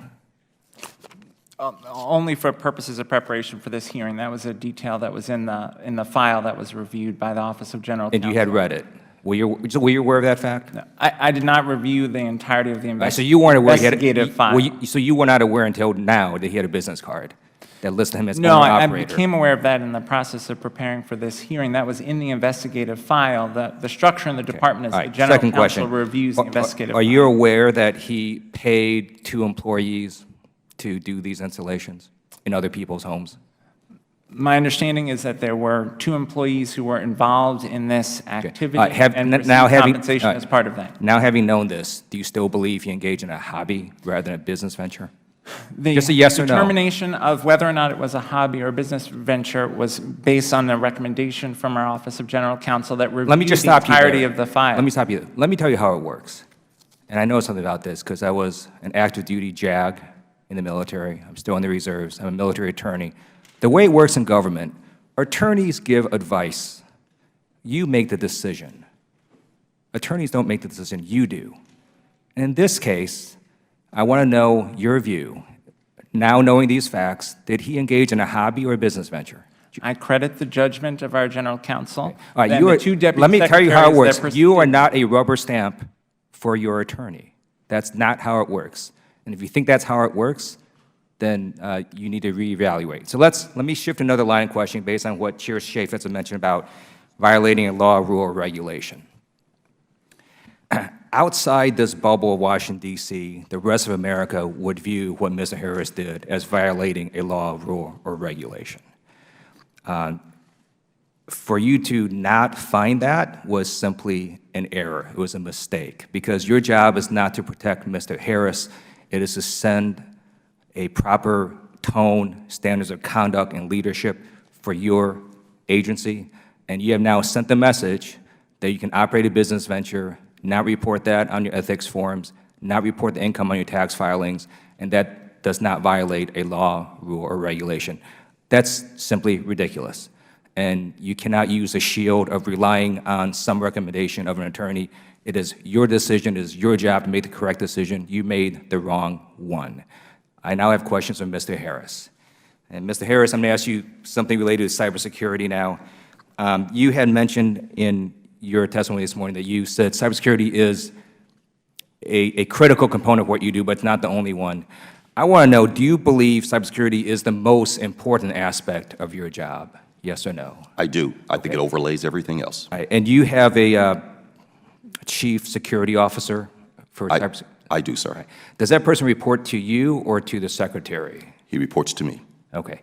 So some private sector companies have either reversed the order of having the chief information officer report to the security officer, or had the chief security officer report directly to the secretary. What do you think of those models? I don't feel that there is a conflict of interest. I have seen the organizational arrangement in both ways in the CIO organization as well as outside of it. I personally don't see a conflict of interest between the CISO being inside of the CIO organization, but I have seen it, as you've indicated, arranged differently. So given the not so good ratings of the department, you might want to look at those other models in terms of cybersecurity. And then I have a sort of general question about the executive branch's approach on cybersecurity. It does seem to me that there is sort of no centralized place. You've got different agencies doing their own thing. You've got the Department of Homeland Security that has some role in cybersecurity. You then have the Office of Management Budget that has some role in cybersecurity. Then you got this White House cybersecurity czar. Don't you think it'd be much better if we had one agency, one person responsible for cybersecurity across all the .gov network that can either take responsibility when things go right or wrong, but also have the power to go make changes when things are not performing as they should be? Though we interact with all of those bodies that you mentioned, we rely heaviest on DHS and their CDM program. In terms of operationalizing the progress we need to get made, it's DHS that we work most closely with. Okay, thank you. I yield back. Before the gentleman yields back, to ask unanimous consent to enter two documents into the record. One is a memorandum from Mr. John King, who's sitting before us today, to Aaron Jordan, Assistant Inspector General for Investigations of June 23rd of 2015. This is where he says, overall, we found no violations of law or regulation. Further, in finding one, he said, it does not appear to support the conclusion Mr. Harris violated any law or regulation or any standard of ethical conduct. Any standard of ethical conduct. That's, you want to get to the heart of why we're here today? It's that. I also ask unanimous consent to enter into the record July 9th, 2015. This is to Danny Harris from Susan Winchell, follow-up ethics guidance. And without objection, we'll enter these into the record. This document gives us huge concern, given that Ms. Winchell's conclusion was that it is the employee's responsibility to ask, and really what you should do is just ask next time. And quite frankly, we don't know, Ms. Winchell, why we should even hire you if that's just your advice, because that's not, there's no enforcement. This is the concern. We'll now recognize the gentleman from North Carolina, Mr. Walker, for 5 minutes. Thank you, Mr. Chairman. Last November, Mr. Harris, I believe we had a conversation, and I asked you regarding remote access management and the two-factor authentication at the department. And this is an important point for me, I guess for all of us, because this is the first time this has happened. Remember, it was a failure in access management that contributed to the data breach over at OPM. It is especially troubling given the department's failure over the summer during the cyber sprint. And I'm going to come back to the cyber sprint in just a few minutes, but I want to stay on this two-factor authentication. Mr. Harris, you told me during my previous question back in November that the department has 100% implemented two-factor authentication, and that the financial system audits would be also at 100% by December.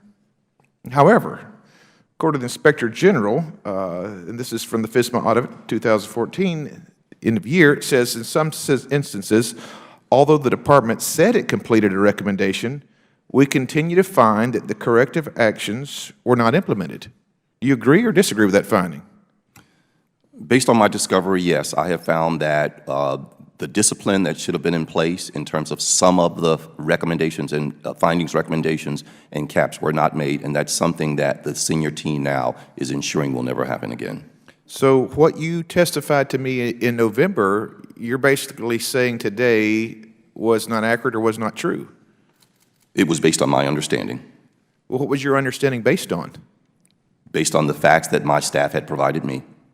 So this is the staff's fault. It wasn't yours. You're just going off what the staff told you. So what you said in November is not true, but what you're testifying today is. I always base my decisions on the data pulled by staff, but at the end of the day, it's my responsibility. Okay, well, I'm glad to hear that part. What about the contractors that we're dealing with? Are you sitting here testifying on oath today that as I look through these contractors, that every one of these contractors are also operating under a two-factor authentication? Are you saying that's the case as well? We are saying that is the case. So The 95% is based on what we are doing internally as well as the contractors are doing. You also stated that the department's two-factor authentication is at level 4 in terms of the level of assurance according to the NIST authentication guidelines. Is that correct? That is correct, with the exception of those that use PIV-I. Okay. So if that's the case, then you're not employing two-factor authentication, but the department is also employing the highest level of assurance for 100% of all its users. That's that's the goal right here. That is the goal, sir. Okay, all right. Well, here's the issue in coming back to this cyber sprint, okay? In this summer, 14% minus. And then within a few months, you have secured 100%. How in the world does that happen over that short period of time? More times than not, it's about configuring the system, issuing PIV cards, and turning that on. But why didn't you do that earlier then? I think the technical challenge for the vendors that implemented this and maintained these systems was larger than we anticipated.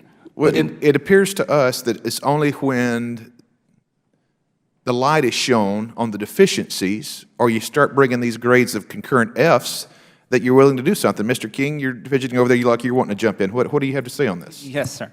So the department had previously used a level 3 goal. That goal was changed to level 4. And I joined the department in January 2015, began meeting regularly with the team on how we might improve our cybersecurity. After the sprint, we began meeting weekly to ensure that we would get to level 4 across the agency.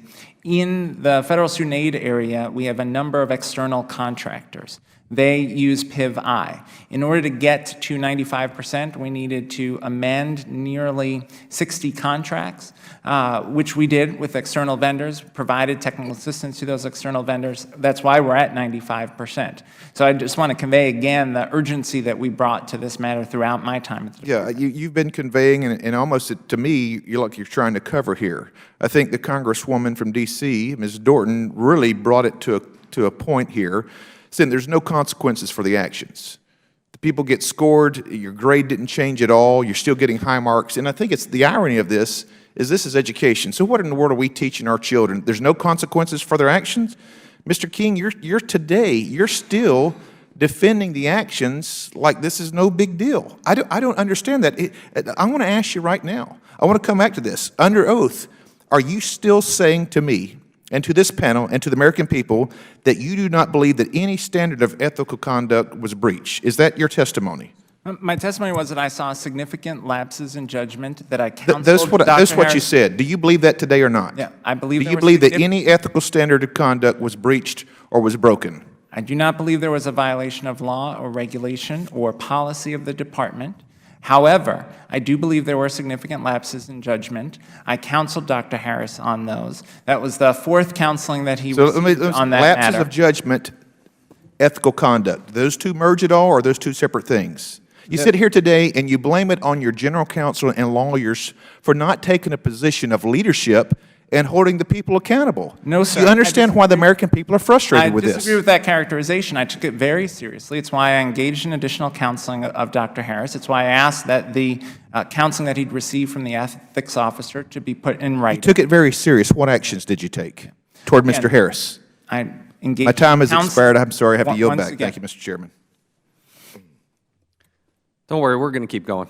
We're going to be here for a while. Mr. Clay, now recognized for 5 minutes. Chairman, and let me take a little different tack here and say that, look, I appreciate all federal employees' service to this country. And I'm sure that Secretary King and Mr. Harris also take their service to the people of this nation seriously. Having said that, let me ask Secretary King and Dr. Harris, the standards of ethical conduct for federal employees states, and I quote, "Public service is a public trust." Would you both agree that federal employees must be held to the highest ethical standards? Mr. Yes, King? absolutely. Yes. Mr. Harris, okay. Mr. King, in your June 23rd, 2015 response to the IG's reports of investigation into the CIO's alleged misconduct, you stated, and I quote, "We found no violations of law or regulations." Is that correct? That is. The U.S. Attorney's Office has also declined to prosecute Dr. Harris and has closed its investigation. Is that correct? That is correct. However, there may have been violations of the standards of ethical conduct. So let's take a closer look at the IG's findings. Ms. Winchell, the IG found that Dr. Harris used department email to conduct his outside business. Wasn't Dr. Harris's misuse of emails a violation of the ethics code prohibiting employees from using government property for non-official business?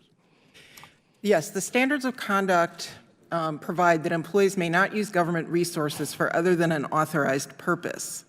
Authorized purpose is not defined by the rules. In this context, the authorized purpose would be defined in a department policy that permits a certain amount of personal use of government equipment and resources. I reviewed the record, and my review of the record was I didn't think it was clear whether this activity was a hobby or a business. It is true that there was a business card. It is true that there are written proposals for AV installations, but it's also true that this was never formed as a business entity. It never had a business license. It never had a separate bank account. Several of the people that were familiar with it referred to it as a hobby, and several people referred to it as a business. If it's a hobby or a personal activity under the policy, then a certain amount, a de minimis amount of personal use of government resources is permitted. My review of the record is that there were 11 emails related to these businesses over a 3-year period, and it seems to me that that comes well within the boundary of de minimis. If, on the other hand, this was considered a business, it would be strictly prohibited under that policy to use government resources. At the time that I gave Dr. Harris the counseling, I advised him that it was prudent to consider any activity that would generate income such that it needed to be reported on a financial disclosure report as a business, regardless of any other factors. Sounds to me like a hobby. Let me also say that you also found that Dr. Harris did not report on his tax returns the income he received from his car detailing and home theater installation businesses. Ms. Winchell, wasn't Dr. Harris's failure to report income a violation of the ethics code requiring federal employees to satisfy their tax obligations? Well, of course, it concerns me greatly when information is omitted from financial disclosure reports, but occasionally employees omit information inadvertently. In this particular case, looking at the totality of the circumstances, it is a violation to willfully fail to provide information. But in this case, the record reflects that his wife actually queried a tax lawyer about whether the income was reportable on his income taxes, and they received advice that it was not, which I take to mean he also thought it didn't need to be reported on his financial disclosure report. The advice was wrong, although they relied on it, and it was remedied after they realized it was a mistake. Okay, fair enough, and they corrected the record. Secretary King, the ethics code also requires federal employees to avoid the appearance of impropriety. Wouldn't you agree that any appearance of impropriety involving the department's officials and employees cannot be tolerated? Absolutely, and that was the focus of my counseling with Dr. Harris. All right. Thank you for your response. And, Mr. Chairman, do I get any extra time? You get 2 gold stars for concluding on time. Well, thank you very much. I yield back. Your first 2 gold stars, I would note. But 2 nonetheless. All right. We'll recognize the gentleman from South Carolina, Mr. Mulvaney, now for 5 minutes. I thank the chairman. I thank the panel. I've been struggling a little bit, folks, with how I wanted to address this hearing today. Because the purpose in my mind, and I only speak for myself, not for any of the member, and not the chairman, the ranking member, the purpose in my mind, Mr. Harris, and please, several of us have referred to you today as Mr. Harris.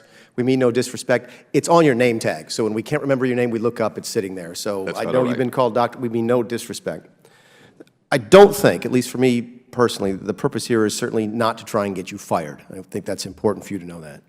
In fact, for me, it's not even to drill down into the details of your car detailing business hobby, the audio, video. As objectionable as I may find that at a personal level, I think it was a bad decision by you and some bad judgment. At some point, I think I have to recognize that Congress cannot be in the job of micromanaging the CIO position and vis-a-vis ethics at the Department of Education. Might not like it, doesn't make us happy, but really not our business.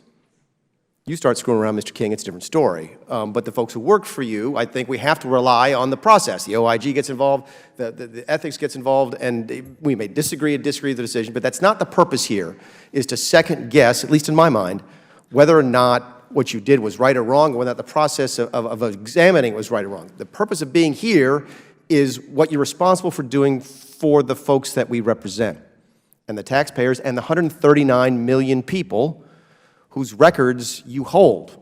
And as we discussed last time, Dr. Harris, when you were here in November, it's not just the ordinary stuff that I give to Target. You have my bank accounts. That's a whole different level of serious than when I swipe my card at the gas station or I buy something at Target. So I don't want us to get distracted on whether or not it was a business or a hobby or you reported on your tax returns and lose in that minutia the fact that this is really dangerous stuff when it goes into the wrong hands. So I want to pick up with where you and I were, Dr. Harris, in November, when you said something that's caught my attention, and we talked about it briefly when you said it wasn't so much a money issue that you had in dealing with cyber at the DOE as it was getting the talent. And you said, look, we're a little tiny agency, it's not very sexy, we can't get the people. And I asked you, I said, look, we have other good people in other areas of the federal government, in other silos. It is sexy. The Air Force, for example, does a tremendous job on this. DOD regularly does a really good job on this. There are other agencies. What have you been able to do since November, Dr. Harris, to try and draw on the resources available to us as a federal government in order to help protect the data of these taxpayers? Very, very pleased to announce that in addition to becoming a little more aggressive in bringing in our own talent, we have taken advantage of what digital services has to offer. They have been in a number of times to talk to us about best practices and help us strategize. We are moving forward with DHS for the CDM Phase 2 project that will allow us to put more sensors and collect more data across our ecosystem than we've ever been able to do before. So I think from that perspective— collecting data, again, this is not my area of expertise. I'm more worried about you securing the data than collecting it. So tell me why that's relevant. Collecting it will allow us to secure it. Okay. It's in real time that we're able to use our network access control and our data loss prevention that will actually, for example, stop you from sending unencrypted and specifically PII information outside of our ecosystem, as well as stopping folks from coming inside. Mr. King, what have you done since we were here last? I don't think you were here in November. I may be wrong, but what have we done in the last couple of months to make sure that we get access to the talent that you need to do this job properly? We have added a new chief security officer on the education department side who, to your point about military experience, is a retired military officer who comes to us from the Department of Defense and brings expertise on cybersecurity. We are in the process of adding additional talent on the federal student aid side, but we have to acknowledge this is a challenge across the federal government of recruiting adequate talent, and we need to continue to invest as a country in STEM education so that we have the prepared cybersecurity workforce not only that the government needs, but that the private sector needs as well. Dr. King, I'll close by saying this. While we're not here to deal with the details of your personal situation within the agency, to the extent your activity impacts on what people feel about working at the DOE, it certainly is relevant. And that's why I think you're getting all the attention today, and rightfully so. But let me close by saying this. While we're not here today to have anybody fired, at least in my mind, lose the data, and it's a different story. Start losing people's bank records, and as unpleasant as this hearing may have been, it's going to be a whole different level of unpleasant. Lose the data, and the next explanation you're going to have to give to this committee is why you shouldn't be fired.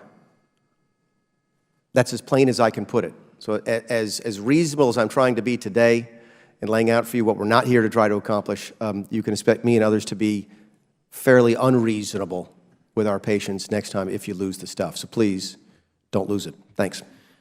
Thank the gentleman. Now recognize the gentleman from Texas, the Subcommittee Chairman on Information Technology, Mr. Hurd, for 5 minutes.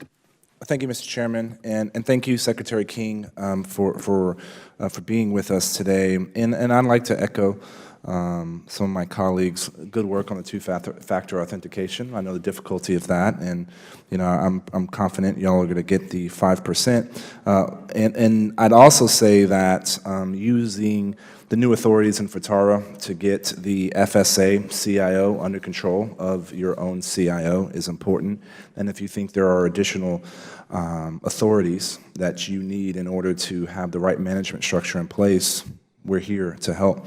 The one thing I would caution is saying that we're doing great work.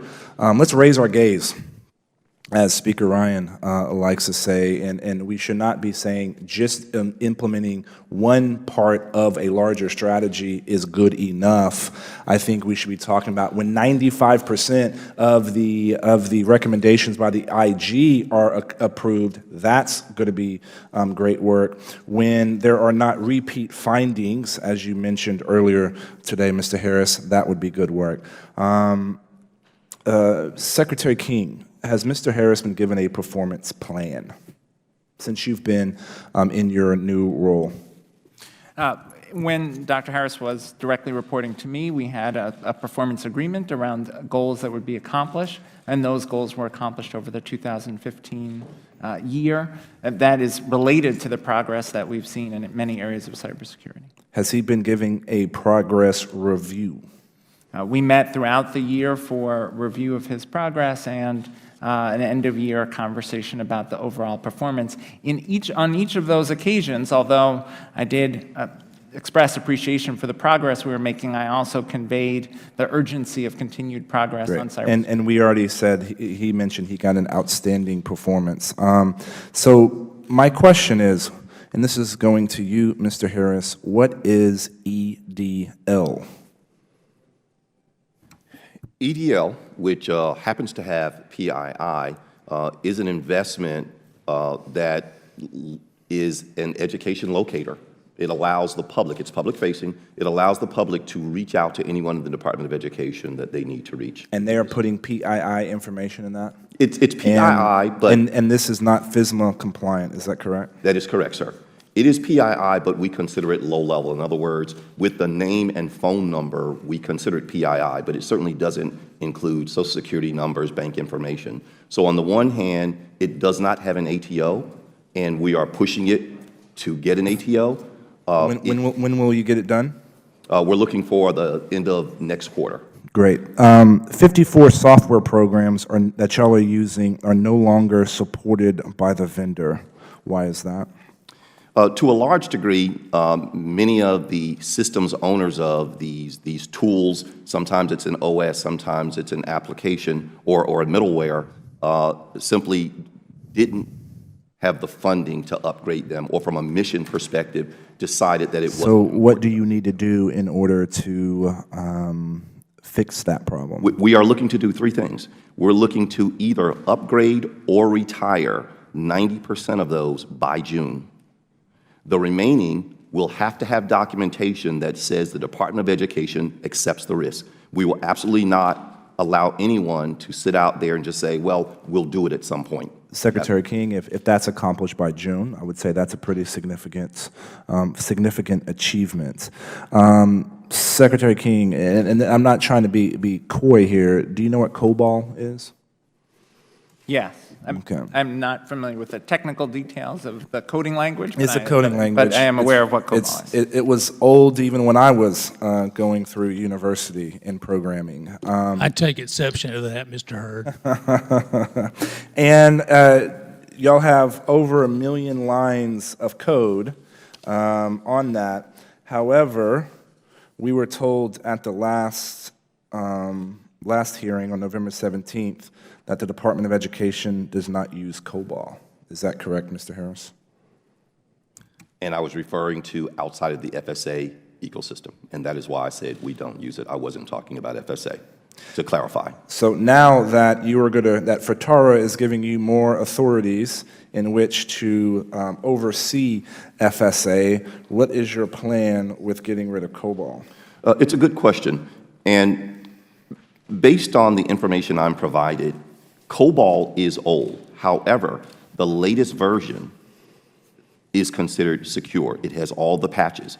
From a business perspective, FSA is indicating, the FSA CIO is indicating that their business decision is to stay on the current version of COBOL and continue to keep it updated. I do want to engage the CIO at FSA about moving away from COBOL, not because the software version is insecure, but because the talent necessary to manage that platform is, as you can imagine, dwindling. And I'm going to echo my colleagues from South Carolina's comments, is that in months from now, if these 54 programs, we don't have a plan on getting rid of them, if we don't have 100% achievement on two-factor authentication, we should be asking larger questions here. And with great responsibility comes great accountability. And we're going to make sure y'all have all the responsibility, have all the tools you need to get the job done, and we're going to hold you accountable. I yield back. Thank the gentleman. Now recognize the gentleman from North Carolina, Mr. Meadows, for 5 minutes. Thank you, Mr. Chairman. Dr. Harris, let me come to your opening statement. In your opening statement, and I quote, "Others viewed my conduct as questionable," close quote. So I guess the fundamental question here today is, if others viewed it, did you view your conduct as questionable? Congressman Meadows, I would not waste any more of your time suggesting that my behavior represented poor judgment. After talking So your with the action IG, is questionable? Talking with the IG, after all of the interventions with leadership, in hindsight, absolutely, poor judgment. Right. I make no excuses. All right. So, Ms. Winchell, I would believe that you take ethics pretty seriously given your job. Is that correct? That's correct. So when you hear a complaint, you get on it right away. Is that correct?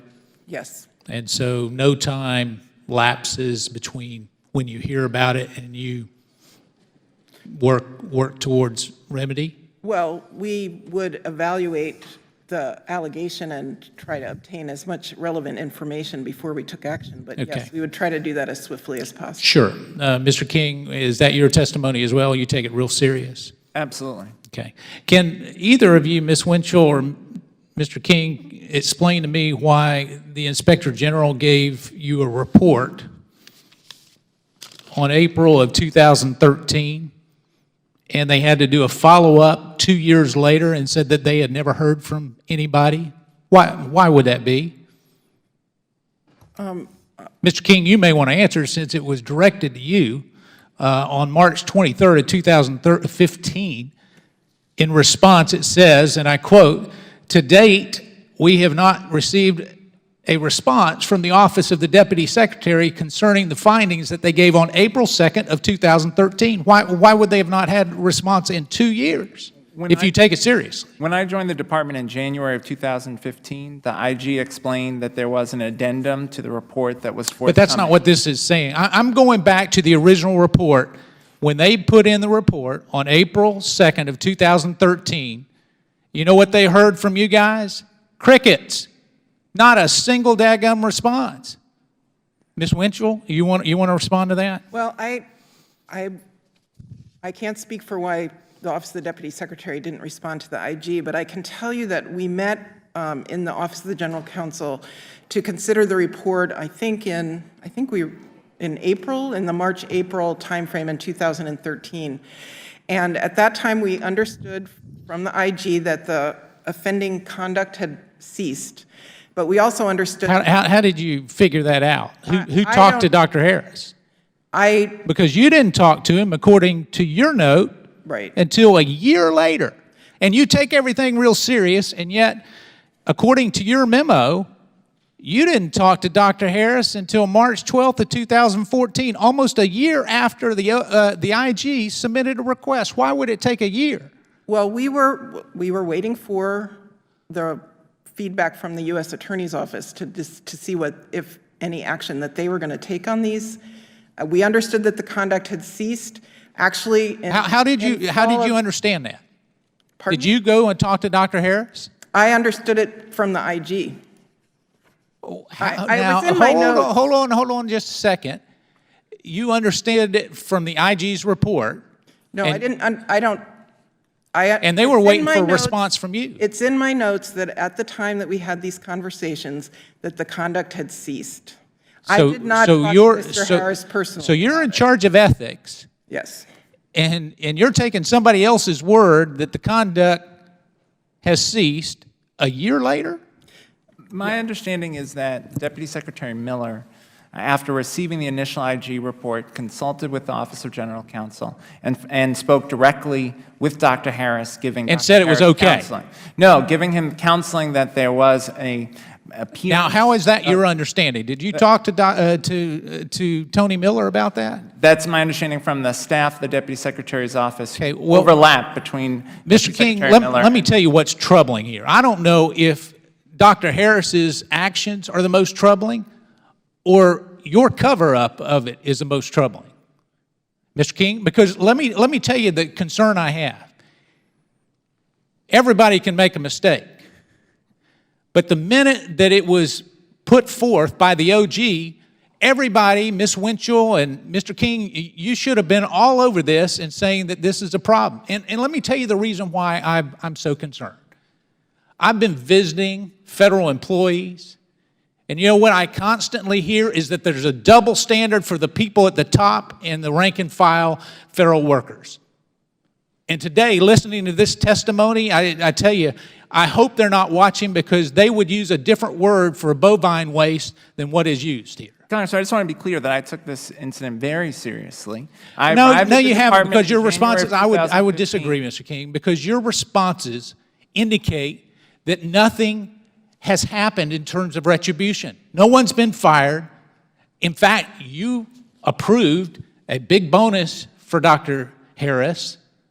No, there's been no consequences. I disagree. There have been four. What's the consequence? There have been 4 counseling sessions. Okay, so his consequence is that he's had counseling sessions. Had counseling sessions, corrected the behavior. The behavior ended in 2013, fully 2 years before I joined the department. And how do you know that? Based on the findings of the IG addendum. But how do you know that? The IG completed the investigation and provided an addendum. But the IG said it was a business. 2013. The IG said it was a business, and Ms. Winchell disagrees. And with the indulgence of the chair, I'll finish with this. President Obama sent an executive order just a few weeks ago on Second Amendment. The guidance with that said that if you have a business card, you're in the business of selling firearms. So in light of that, Ms. Winchell, is the president wrong or are you wrong?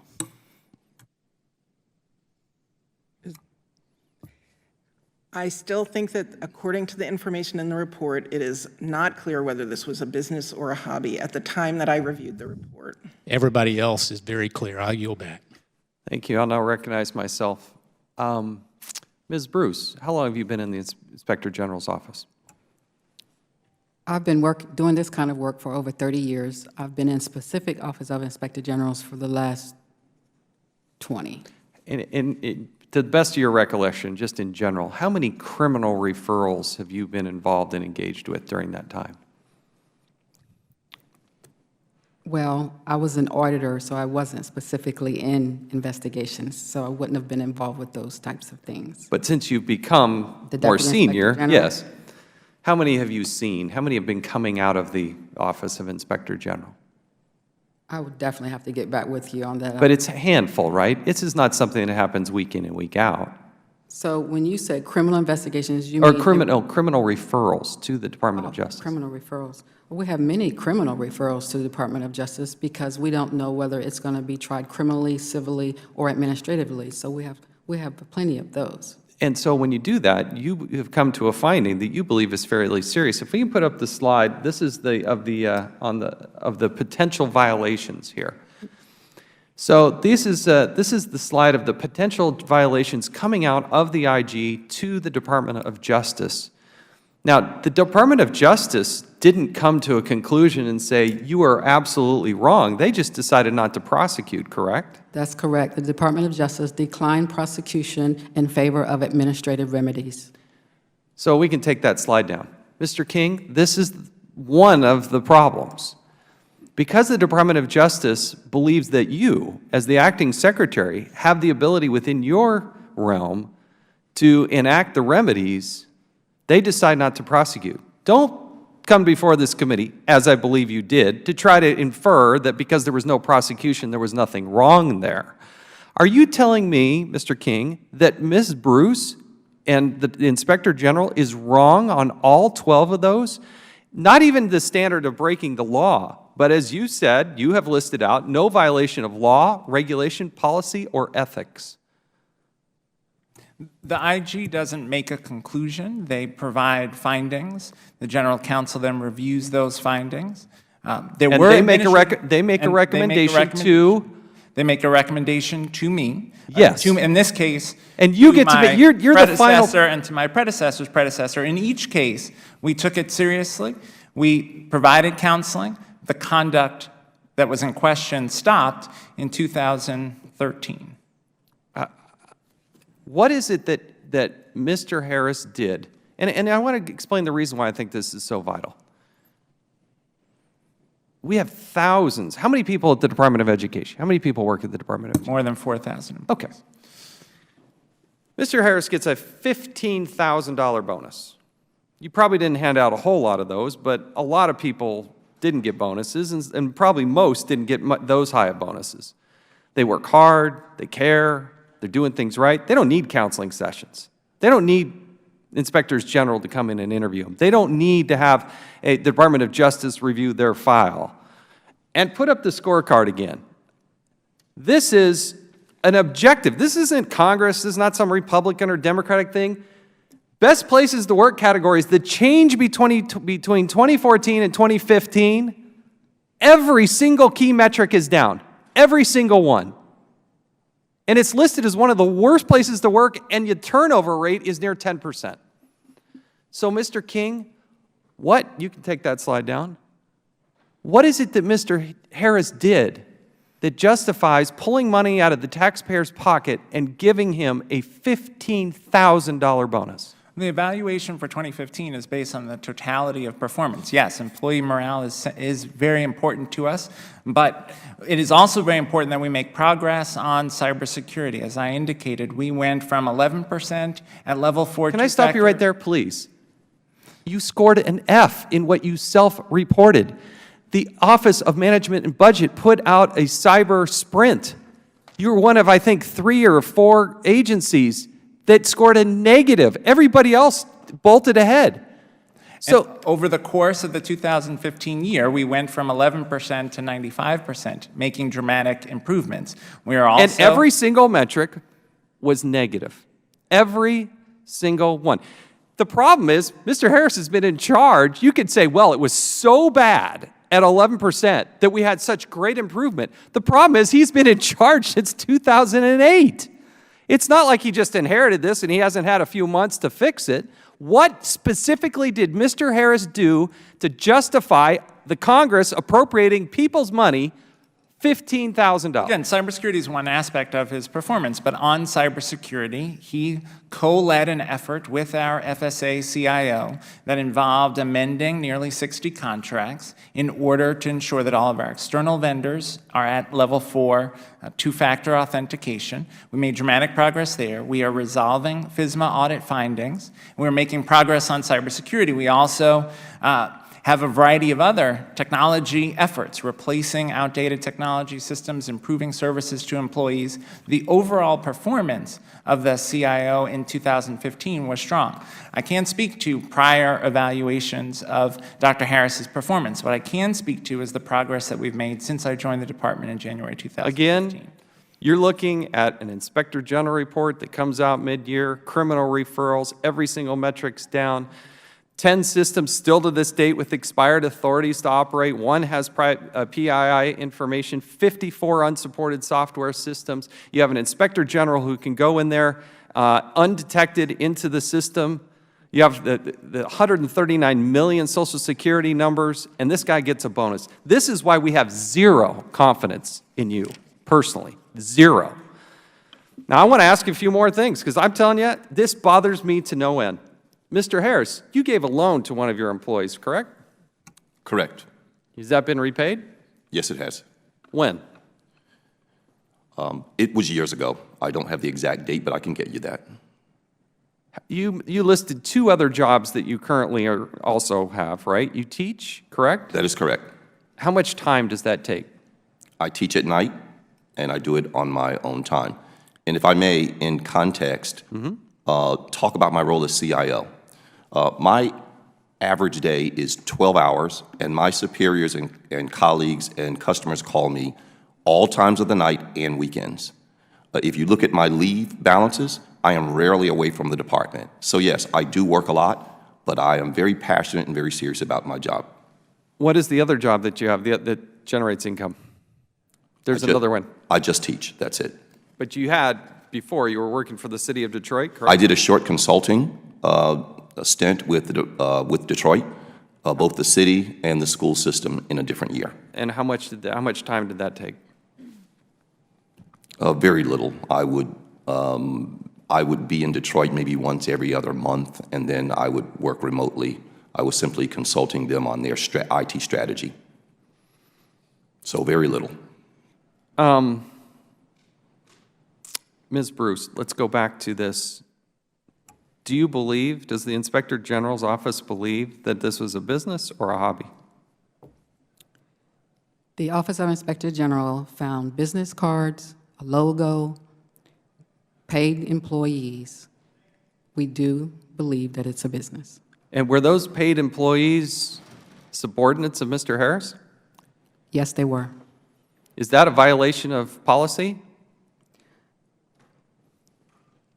I'm asking for your professional opinion here. So when you say violation of policy, I will answer it this way.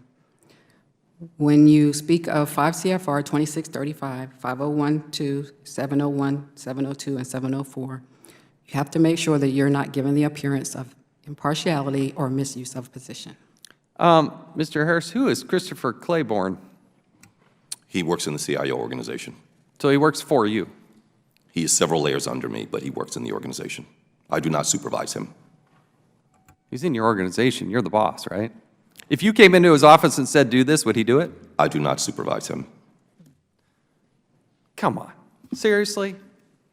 He works where? He is his title, as best I can tell, Christopher Claiborne, and I don't mean to bring him into this. I'm sure he's a nice guy, but I'm sorry to have to invoke his name here, but you're just not being candid with us. He's an operations manager, Office of the Chief Information Officer, correct? That is correct. I just want it to be clear that I don't supervise him directly. Have you asked him to do work for you? I have not. He has always asked me to be involved. In what? If I had a project that I was doing and he wanted to learn, he would ask me. In your outside business, was he involved? I didn't have an outside business. It was a hobby. So when he sends this email dated November 6, 2009, saying, if you have time, I'd like to talk to you about one. This is $1 million home in Beechtree. I'd like us to complete, talking about leather chair recliners for a theater, complete bar area. I can go on. I sent you pictures. He's doing all that. You're just telling me, how does that come about? He's just involved with you in a hobby? Absolutely. Really? It's something we enjoy doing. And you're his boss. You're ultimately in his office. Yes. Mr. King, you think this is acceptable? Again, after reviewing all of the information, that was provided, there was not a violation of regulation or law or policy. I was, however, concerned about the potential appearance of impropriety, and counseled Dr. Harris to that effect, as did my predecessor and my predecessor's predecessor, as did our ethics officer. And as we've discussed previously, the activities ended in 2013. Was it unethical when it was happening at the time? If nobody said anything and it was continuing today? Is that unethical? Again, it was a lapse in judgment, and I counseled Dr. Harris to that effect. So good judgment would have said he wouldn't have done that. Unethical judgment would have said, where's the line here? Come on, you got 4,000 employees. They're all watching this hearing. Explain to somebody who's there and says, you know, my boss has a business and a hobby, and you know what? I bet if I help them make money, that might help me. Is that a reasonable conclusion? Where there's an appearance of impropriety, it is bad judgment. I counsel What if Dr. there Harris is, to what if that there is effect. actual impropriety?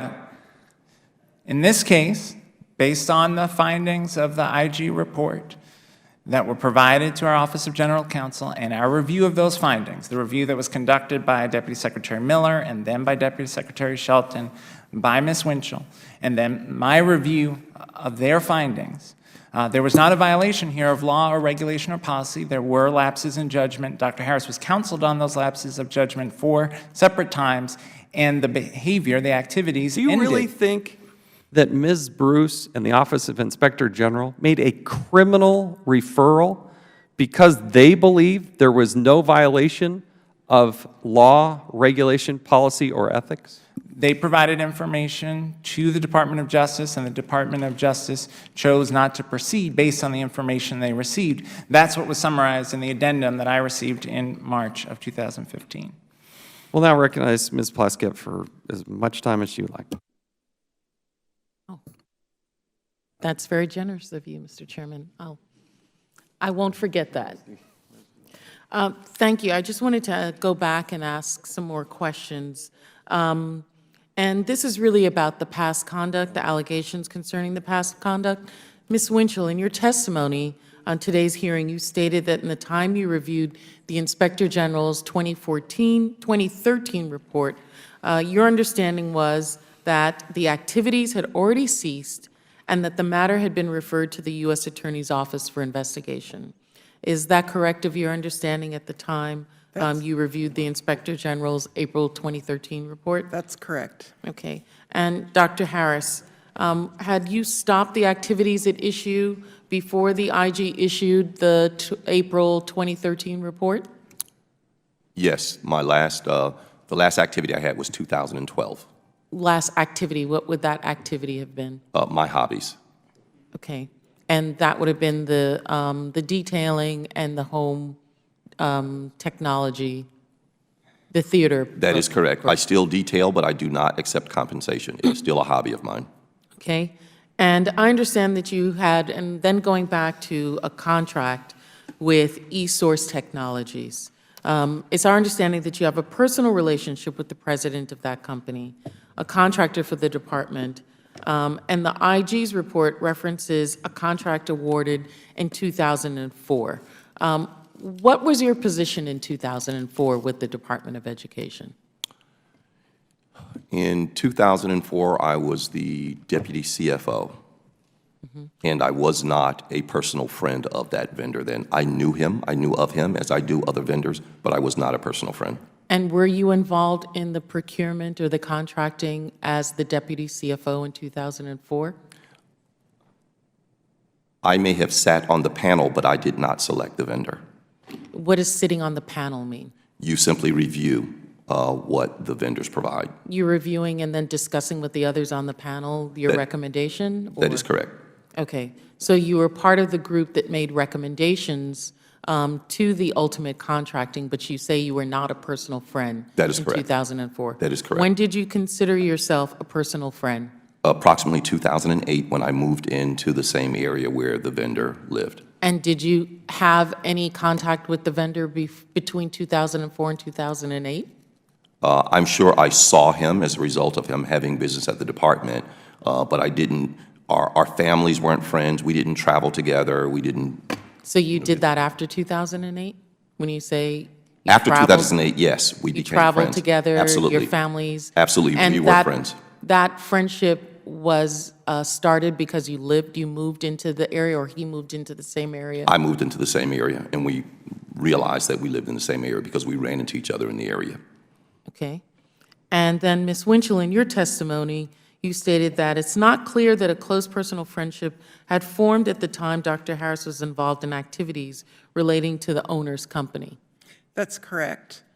Can you elaborate on that? What did you mean by that? Well, you know, we all create friendly relationships at work, and the way the rule works, actually, the rule doesn't include friendship as the kind of relationship that necessarily gives rise to a conflict. And the Office of Government Ethics did that fairly deliberately.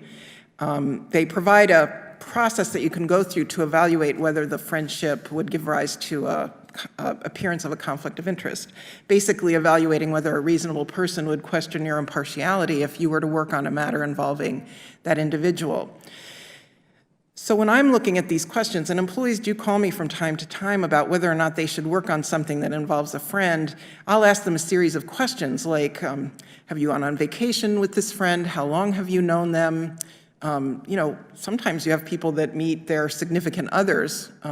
Technically, this rule doesn't apply to them until they're actually sharing a household, but obviously, that's an important thing to know.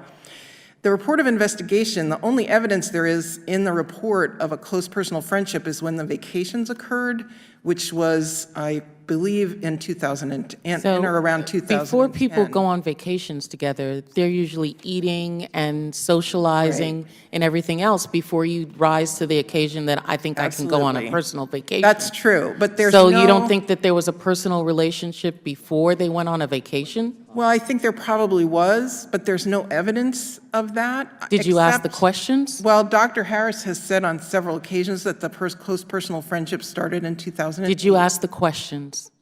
I did not ask that question at that time because I Those didn't series know. of questions that you ask employees when they call and ask, do I have a personal friendship? When you're looking into this, did you ask him those personal questions? Those series of questions? I did not ask those questions at the time. So you just took his word for when that personal friendship began? Yes, I did. Did you think in hindsight, does that make sense now? I mean, I've been in ethics counsel. I was counsel on the House Ethics Committee. Okay. And I think I would have gone back and looked because I don't want the employee to get into trouble. Not that I'm just trying to cover myself, but that I don't want him to get into trouble. I certainly appreciate your point, and I think at the time my thought process was that the friendship had ended, so I wasn't concerned about the ongoing implications of that friendship, but I think you're making a valid point. And so if you were to ask those questions now, do you think there may have been some overlap in time period when there was a personal friendship and he had involvement with this, so that the 2013 date may not be the hard date that we should be looking at? Well, the hard date that I was looking at for when the friendship became a close personal friendship was 2008 to 2010, and the activity involved in his participation in the contract was prior to that time. Okay, and why did you say his activity was prior to that time? Does he not Because still have an ongoing contract with the Department of Education? There may be an ongoing contract, but there's no ongoing friendship at this point. In order for the appearance problem to exist, there has to be both, you know, the rules are about, this particular rule is about whether or not you have a personal interest or friendship on one hand and an official duty on the other hand.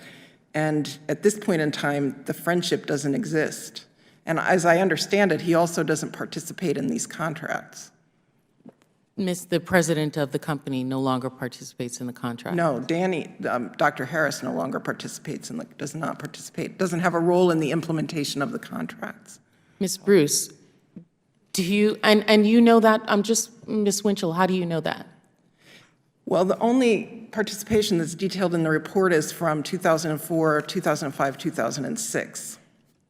If I can, yes, if you gentlemen would yield, there are still contracts that this company has that you have a responsibility for, right? I mean, you're the CIO. They are contracts with the Department of Education regarding CIO issues. But I do not have responsibility for the acquisition How can you claim you process. don't have responsibility when you're the Chief Information Officer? Those contracts are still outstanding, Ms. Winchell. They're still there. They're still in place. They still get money from the American taxpayer via the Department of Education. Sir, if I may, the way the department is organized, and most agencies are organized this way, when it comes to acquisition, not just the selecting a vendor, but the payment of those vendors, that is completely removed from the CIO's organization. It is purposeful. There is a firewall between me and any contract activities, and so I can't influence in any shape, form, or fashion. Now, as CIO, I do set IT strategy, but I do not select vendors, products, or services. But you did, according to the Inspector General, previously engage in the selection. According to the Inspector General, there was one contract where another company's proposal was, quote, significantly greater than the proposed by other offerers, end quote. And that the IG writes that the decision was changed to go to your friend William Hall's company, quote, based on, at least in part, on input from Mr. Harris, end quote. That had to have been 2004, and I had no friendship with that individual. You've gotten promoted since then, and the contracts continue. So to say that you have no interaction, no responsibility, you're the Chief Information Officer. This is the ethical problem that it then presents, because you did help them get this contract. I'm sorry, I disagree, sir. I'm sorry. What? You're the CIO, and they're a vendor. How do you not have responsibility for them? The firewall that's created on purpose with the contracting organization and the rest of the department, including CIO, and especially CIO when it comes to IT contracts, I am completely removed from and have no authority or influence on that process. That is the way we're organized, and most agencies are organized that way. So you have no input on whether or not they're effectively carrying out the contract that involves information services? That is correct. You don't send reports or anything to say, this relationship, this contractor is performing the duties that I need for my job correctly or incorrectly? That is the contracting officer representative's job. And where does the contracting officer get that information from? They get it from the project manager and the people working with the vendor, but they would not get it from me. And the project manager and the people working with the vendor would be your employees? That is correct. And would any of those employees be the people who worked for you on your hobby? No. Were they people who report directly to you and give you information about whether the contract was being performed properly or not? They would provide me briefings on the status of our various investments. And you have no input or say into whether or not that's yay, nay, okay, sounds good, That is let's correct. continue? From a contractual perspective, that is correct. Wait a minute. So you're saying that when your employees give you reports, you don't have anything to say about it? I will provide my input, but I don't make contractual statements. But you provide the input that then goes back to the contractual people who are determining whether or not this has been performed properly or not. I think that's an accurate statement. So you are in some measure involved in this, whether it be from you stating that the contractor has performed or not performed the work of the contract properly. Yes? I would still say that I'm removed Wait, from... that's yes or no? That's yes or no? I would still say I'm removed from the acquisition process. I didn't ask you about the acquisition. I'm asking you if, as the CIO and the reports for the contract come to you, if you have any input in whether or not those are being performed properly or not. Yes. Thank you. So in that stating that, are there additional steps that you believe, Ms. Winchell, Secretary King, that should be taken to ensure that possibly we need to look at this a little further? Because it appears that when the IG made the report, you took at face value what the IG said and didn't do your own digging in this, Ms. Winchell. Well, I do rely on the IG report. That's true. I assume that they do a full and thorough investigation. So I did rely on the report. I don't do separate investigation. I don't have authority to do investigation, and have actually been instructed not to investigate wrongdoing because it can interfere with the IG's ability to do their job. But when you're counseling, these counseling sessions, you didn't think it was appropriate to speak with Danny on a more deeper level about what he was and was not doing? I did speak to him on a fairly deep level about how the rules apply to personal friendships, how they apply to relationships with subordinates, and also misuse of position and misuse of government equipment. We've actually had 2 lengthy conversations about that over the course of the last few years, focused specifically on the concerns raised in the report. Congresswoman, if I might, I think what you're raising is exactly the issue of appearance of impropriety on which Dr. Harris was counseled by Deputy Secretary Miller, then Deputy Secretary Shelton, and by me. It's the reason, my understanding, that he ended the relationship entirely in 2013 so that there would not be an appearance of impropriety. What is clear, though, on the sequencing of the contracting is that the only findings that the IG had was that the personal friendship began in 2008. These contract matters occurred in 2004. But again, in order to ensure that there is no appearance of impropriety, he was counseled on these matters and ended the relationship in But 2013. Secretary King, you have an enormously important job. Your job is to educate the American children, our future. And you don't have time to be dealing with stuff like this. But what I'm finding in this hearing that's really disturbing is that it's taken all of these other members of Congress questioning Dr. Harris and going through this with a fine-tooth comb to find out that a lot of the statements that he's made in that IG report really don't cover up the entire truth of what was going on. To say that he was not involved in the requisition of the contract is correct after 2004. But to say he had no say and involvement in that contract is not a true statement. And I think that's not incumbent on you, sir. That's incumbent on Ms. Winchell, Dr. Harris to be telling us the complete truth of it and not just concerned about making himself look like he had a hobby and was not so involved in the contracting with a personal relationship. That's what's disturbing to me. Because this is not your job to do. This is Ms. Winchell's. This is the IG. This is those counsel that you relied on to ask these more substantive questions and obviously, unfortunately, almost cross-examination of Dr. Harris to get to the truth of the matter. Now I recognize the gentleman from North Carolina, Mr. Meadows. Mr. King, so let me make sure I'm clear. Your testimony here today is that there has been no ethical breach by Dr. Harris. That's your testimony. That there's been no violation of law or regulation or policy of the You know, department. you keep But going back to there have that. Is been- that what the general counsel told you to respond every time you're asked a direct question, is to respond with that? Is that what your counsel told? That's my response to the So question there that is you no were asking. ethical Again, challenge? there is no violation of a law or a regulation Okay, or policy of the if that's the case, I got good news for you, Mr. Harris. You can go back to doing whatever you darn well please, because what he's saying is there's no violation. Congressman, respectfully. No, that's what you're saying. No, respectfully, what It's I'm a saying is circular that there- reasoning. no, You're saying it's not. Why did you stop, Dr. Harris? If there was no violation of ethical standards, why did you stop? In hindsight, and after getting counseling, I realized the appearance is not good.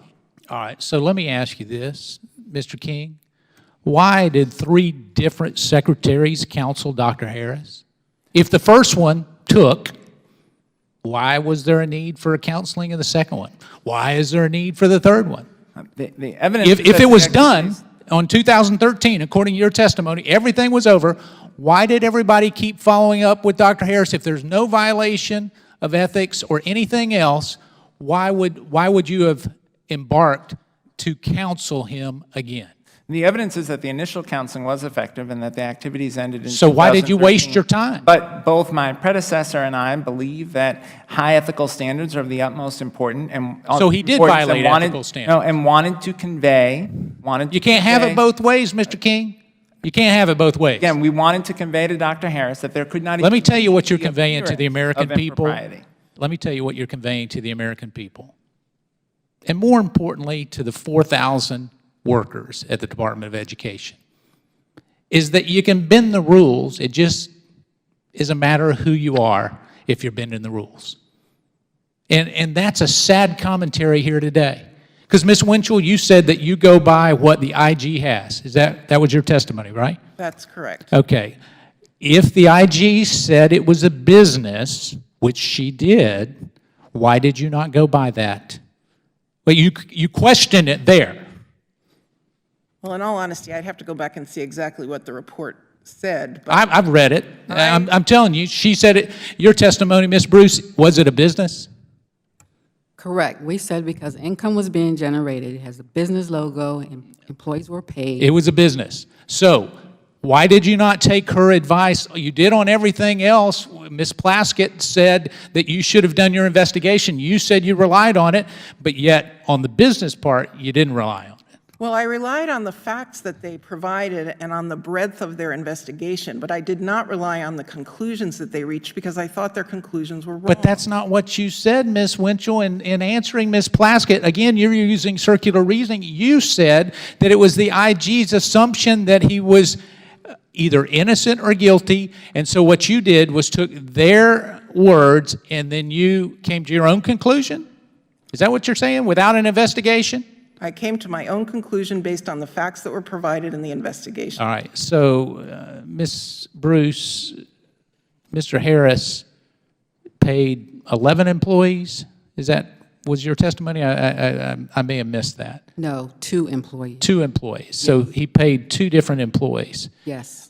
Mr. Harris, was a 1099 filled out or a W-2 filled out for those 2 employees? No, sir. So did they make over $600? I don't believe so. You're under oath. Neither of them made over $600. Were never paid over $600. One may have made over $600. I don't believe the other did, but I would have to look at the record. So aren't you required to do a 1099? I mean, if they're working for you. As I indicated, it was just a hobby. Okay, so you told me it was just a hobby, and so now your detailing operation is just a hobby. Is that correct? Absolutely, and I make Okay, well, I have 2 cars. When can I sign up?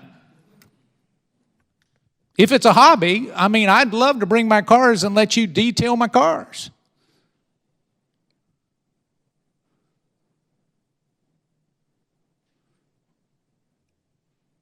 Dr. Harris, I think you and I both know it's not just a hobby. It was a hobby, sir. Okay. Have you done any personal work for anybody, Ms. Winchell, Mr. King? I have not, sir. Ever? Ever. Okay. How do we go from here, Mr. King? Because it's not over with this hearing. I know a lot of people like to get prepared for a hearing and say it's all over, and it's not over. I can tell you because we have a responsibility to the American people and responsibility to the federal workers who were whistleblowers, who are probably disappointed with your response today. So where do we go from here? Again, corrective action was taken. The behavior ended in 2013.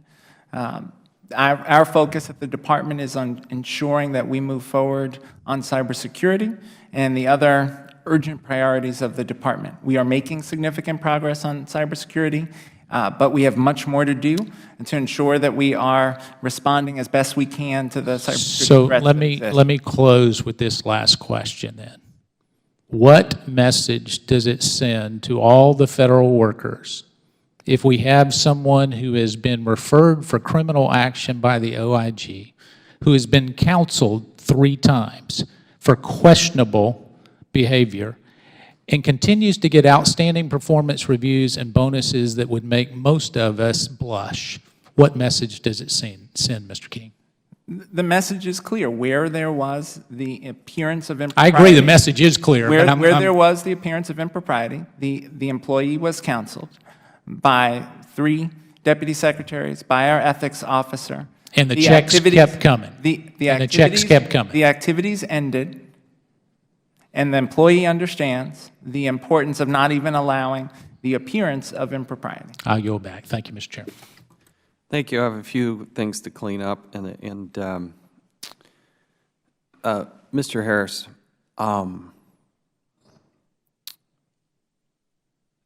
William Hall is the person in question here. He may be the finest man offering good services. I hope so. We're sending him, I don't know how many dollars. I'm guessing millions of dollars. According to the Inspector General, you actually went to his house and installed home theater equipment, correct? I did. Was that you personally? That was me personally. Who else was involved in that? Just me. And what were you paid by him to do that? I was not compensated. So this is a person with how many contracts? 6 or 8 contracts with the Department of Education, and you go to his house? You have a business. I disagree with you. I don't think this is a little hobby. I think this is, I agree with the Inspector General here. And you go to this person's house and you install a home theater system? And he paid you how much? Nothing? He was a friend. Mr. King, you don't see any ethical problem doing that? Again, Dr. Harris was not involved after 2008 when this relationship No, I'm asking began about when in it the happened at the contract time. then. But what I counseled No, him he was was, that that's, we can't wait, have... wait, Mr. King, you're making an assumption that the Inspector General says is not true. They No, laid based out a on- case where Mr. Harris was involved, a contract was going to a different vendor, he got personally involved, and at least had some input, not saying the final decision, some input, and that contract was changed and given to William Hall's company. There was a contract in 2004 before this relationship began, according to the evidence. But he was There the then program was- manager for other contracts. But again, the No, relationship... wait a sec, Mr. King. The initial contact, the interaction with Mr. Harris had with William Hall started in like 2000, 2001. As acquaintances. Based on So the it's an evidence- acquaintance, there's a based- standard between an acquaintance and a friend? Based on the evidence that was presented by the IG to our general counsel, there was I'm tired of hearing about you and your general counsel, okay? They can give you all the advice you want. You make the decisions. You're the decision maker. So let's just cut that part out and get right to the chase here. Hold on one sec. Hold on one second.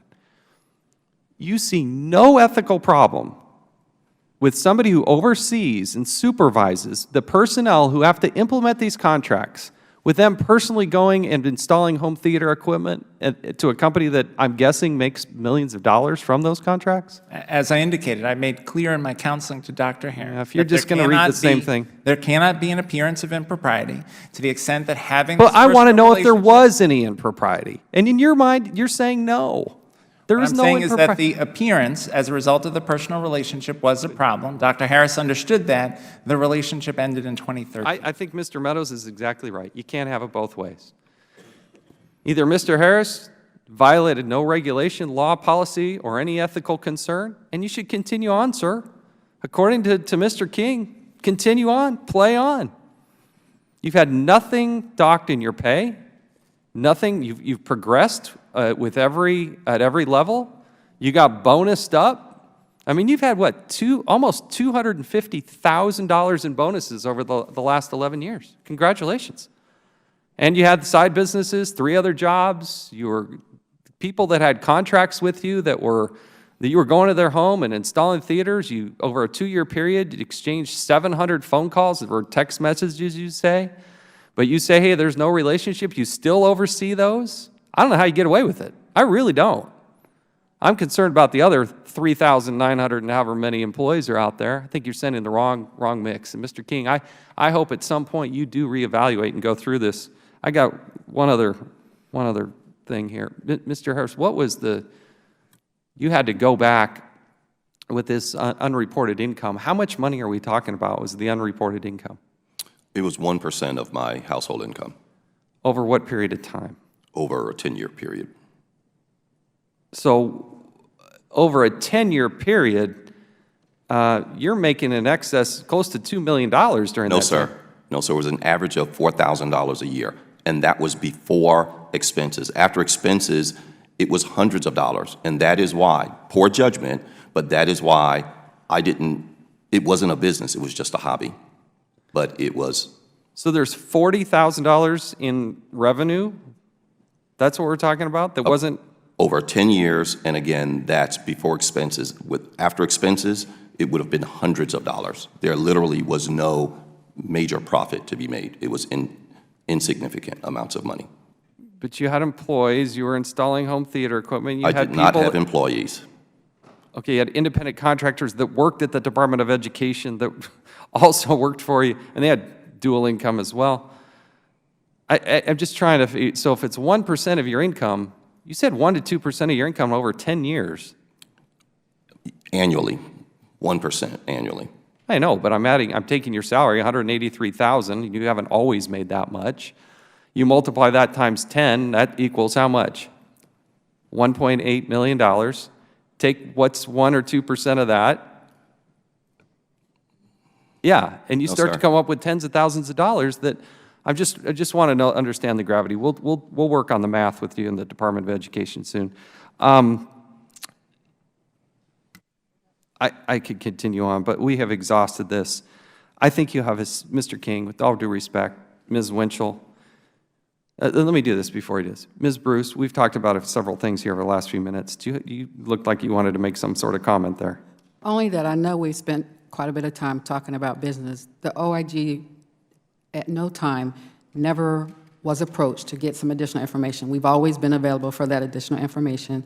Our concern has not been business, it's been about earned income. So I wanted to make sure that point was made clear. When you asked me about a business, it was about earned income in our report, not necessarily about a business. And Ms. Winchell, the policy is any income above $200, correct?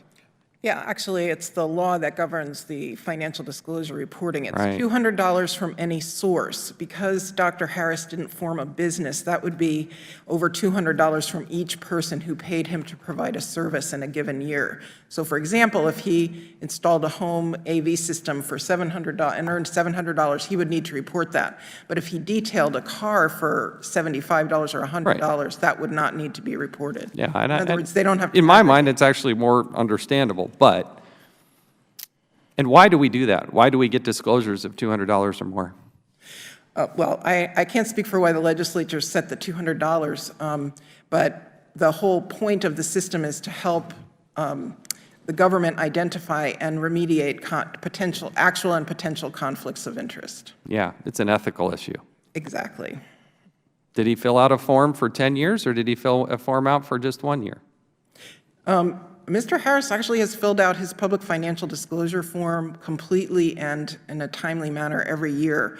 And when we've had questions that we needed to address on technical aspects of the form, he's— I don't know how you come to the conclusion. It's kind of laughable almost that after this hearing, you still think he filled it out completely. Ms. Bruce, what did you find there? Our evidence showed that for the years in question, 2008, 9, and 10, there were no disclosures as far as the $200, in excess of $200.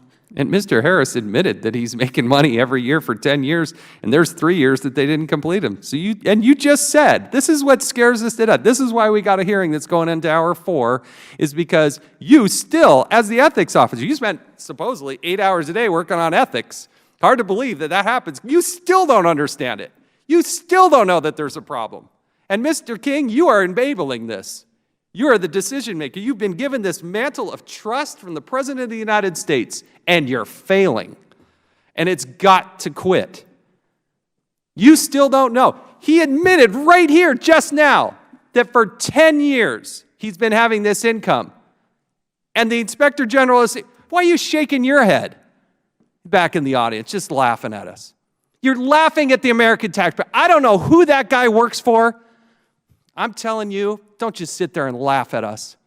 I will follow this through. You didn't think we were taking this seriously. You are making a fundamental and total mistake.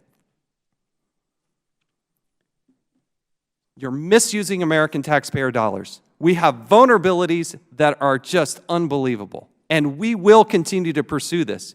You better hope that none of that data gets out there. But when the Inspector General went to penetrate the system, they got in there unimpeded, never detected, walked back out, and reported it to Congress, as they should. Ms. Bruce, to the people that work in the Inspector General's office, thank you. Thank you for your good work. We wouldn't know about this without those good people doing tough, difficult work. Nobody wants to hear from the Inspector General, but they do some of the most valuable work that we have before us today. I thank you all for your service. And I thank you for your testimony today. Thank the men and women who work in the Department of Education. We're trying to fix it. But the problem is sitting here with Ms. Winchell, Mr. King, and Mr. Harris. This meeting is now adjourned.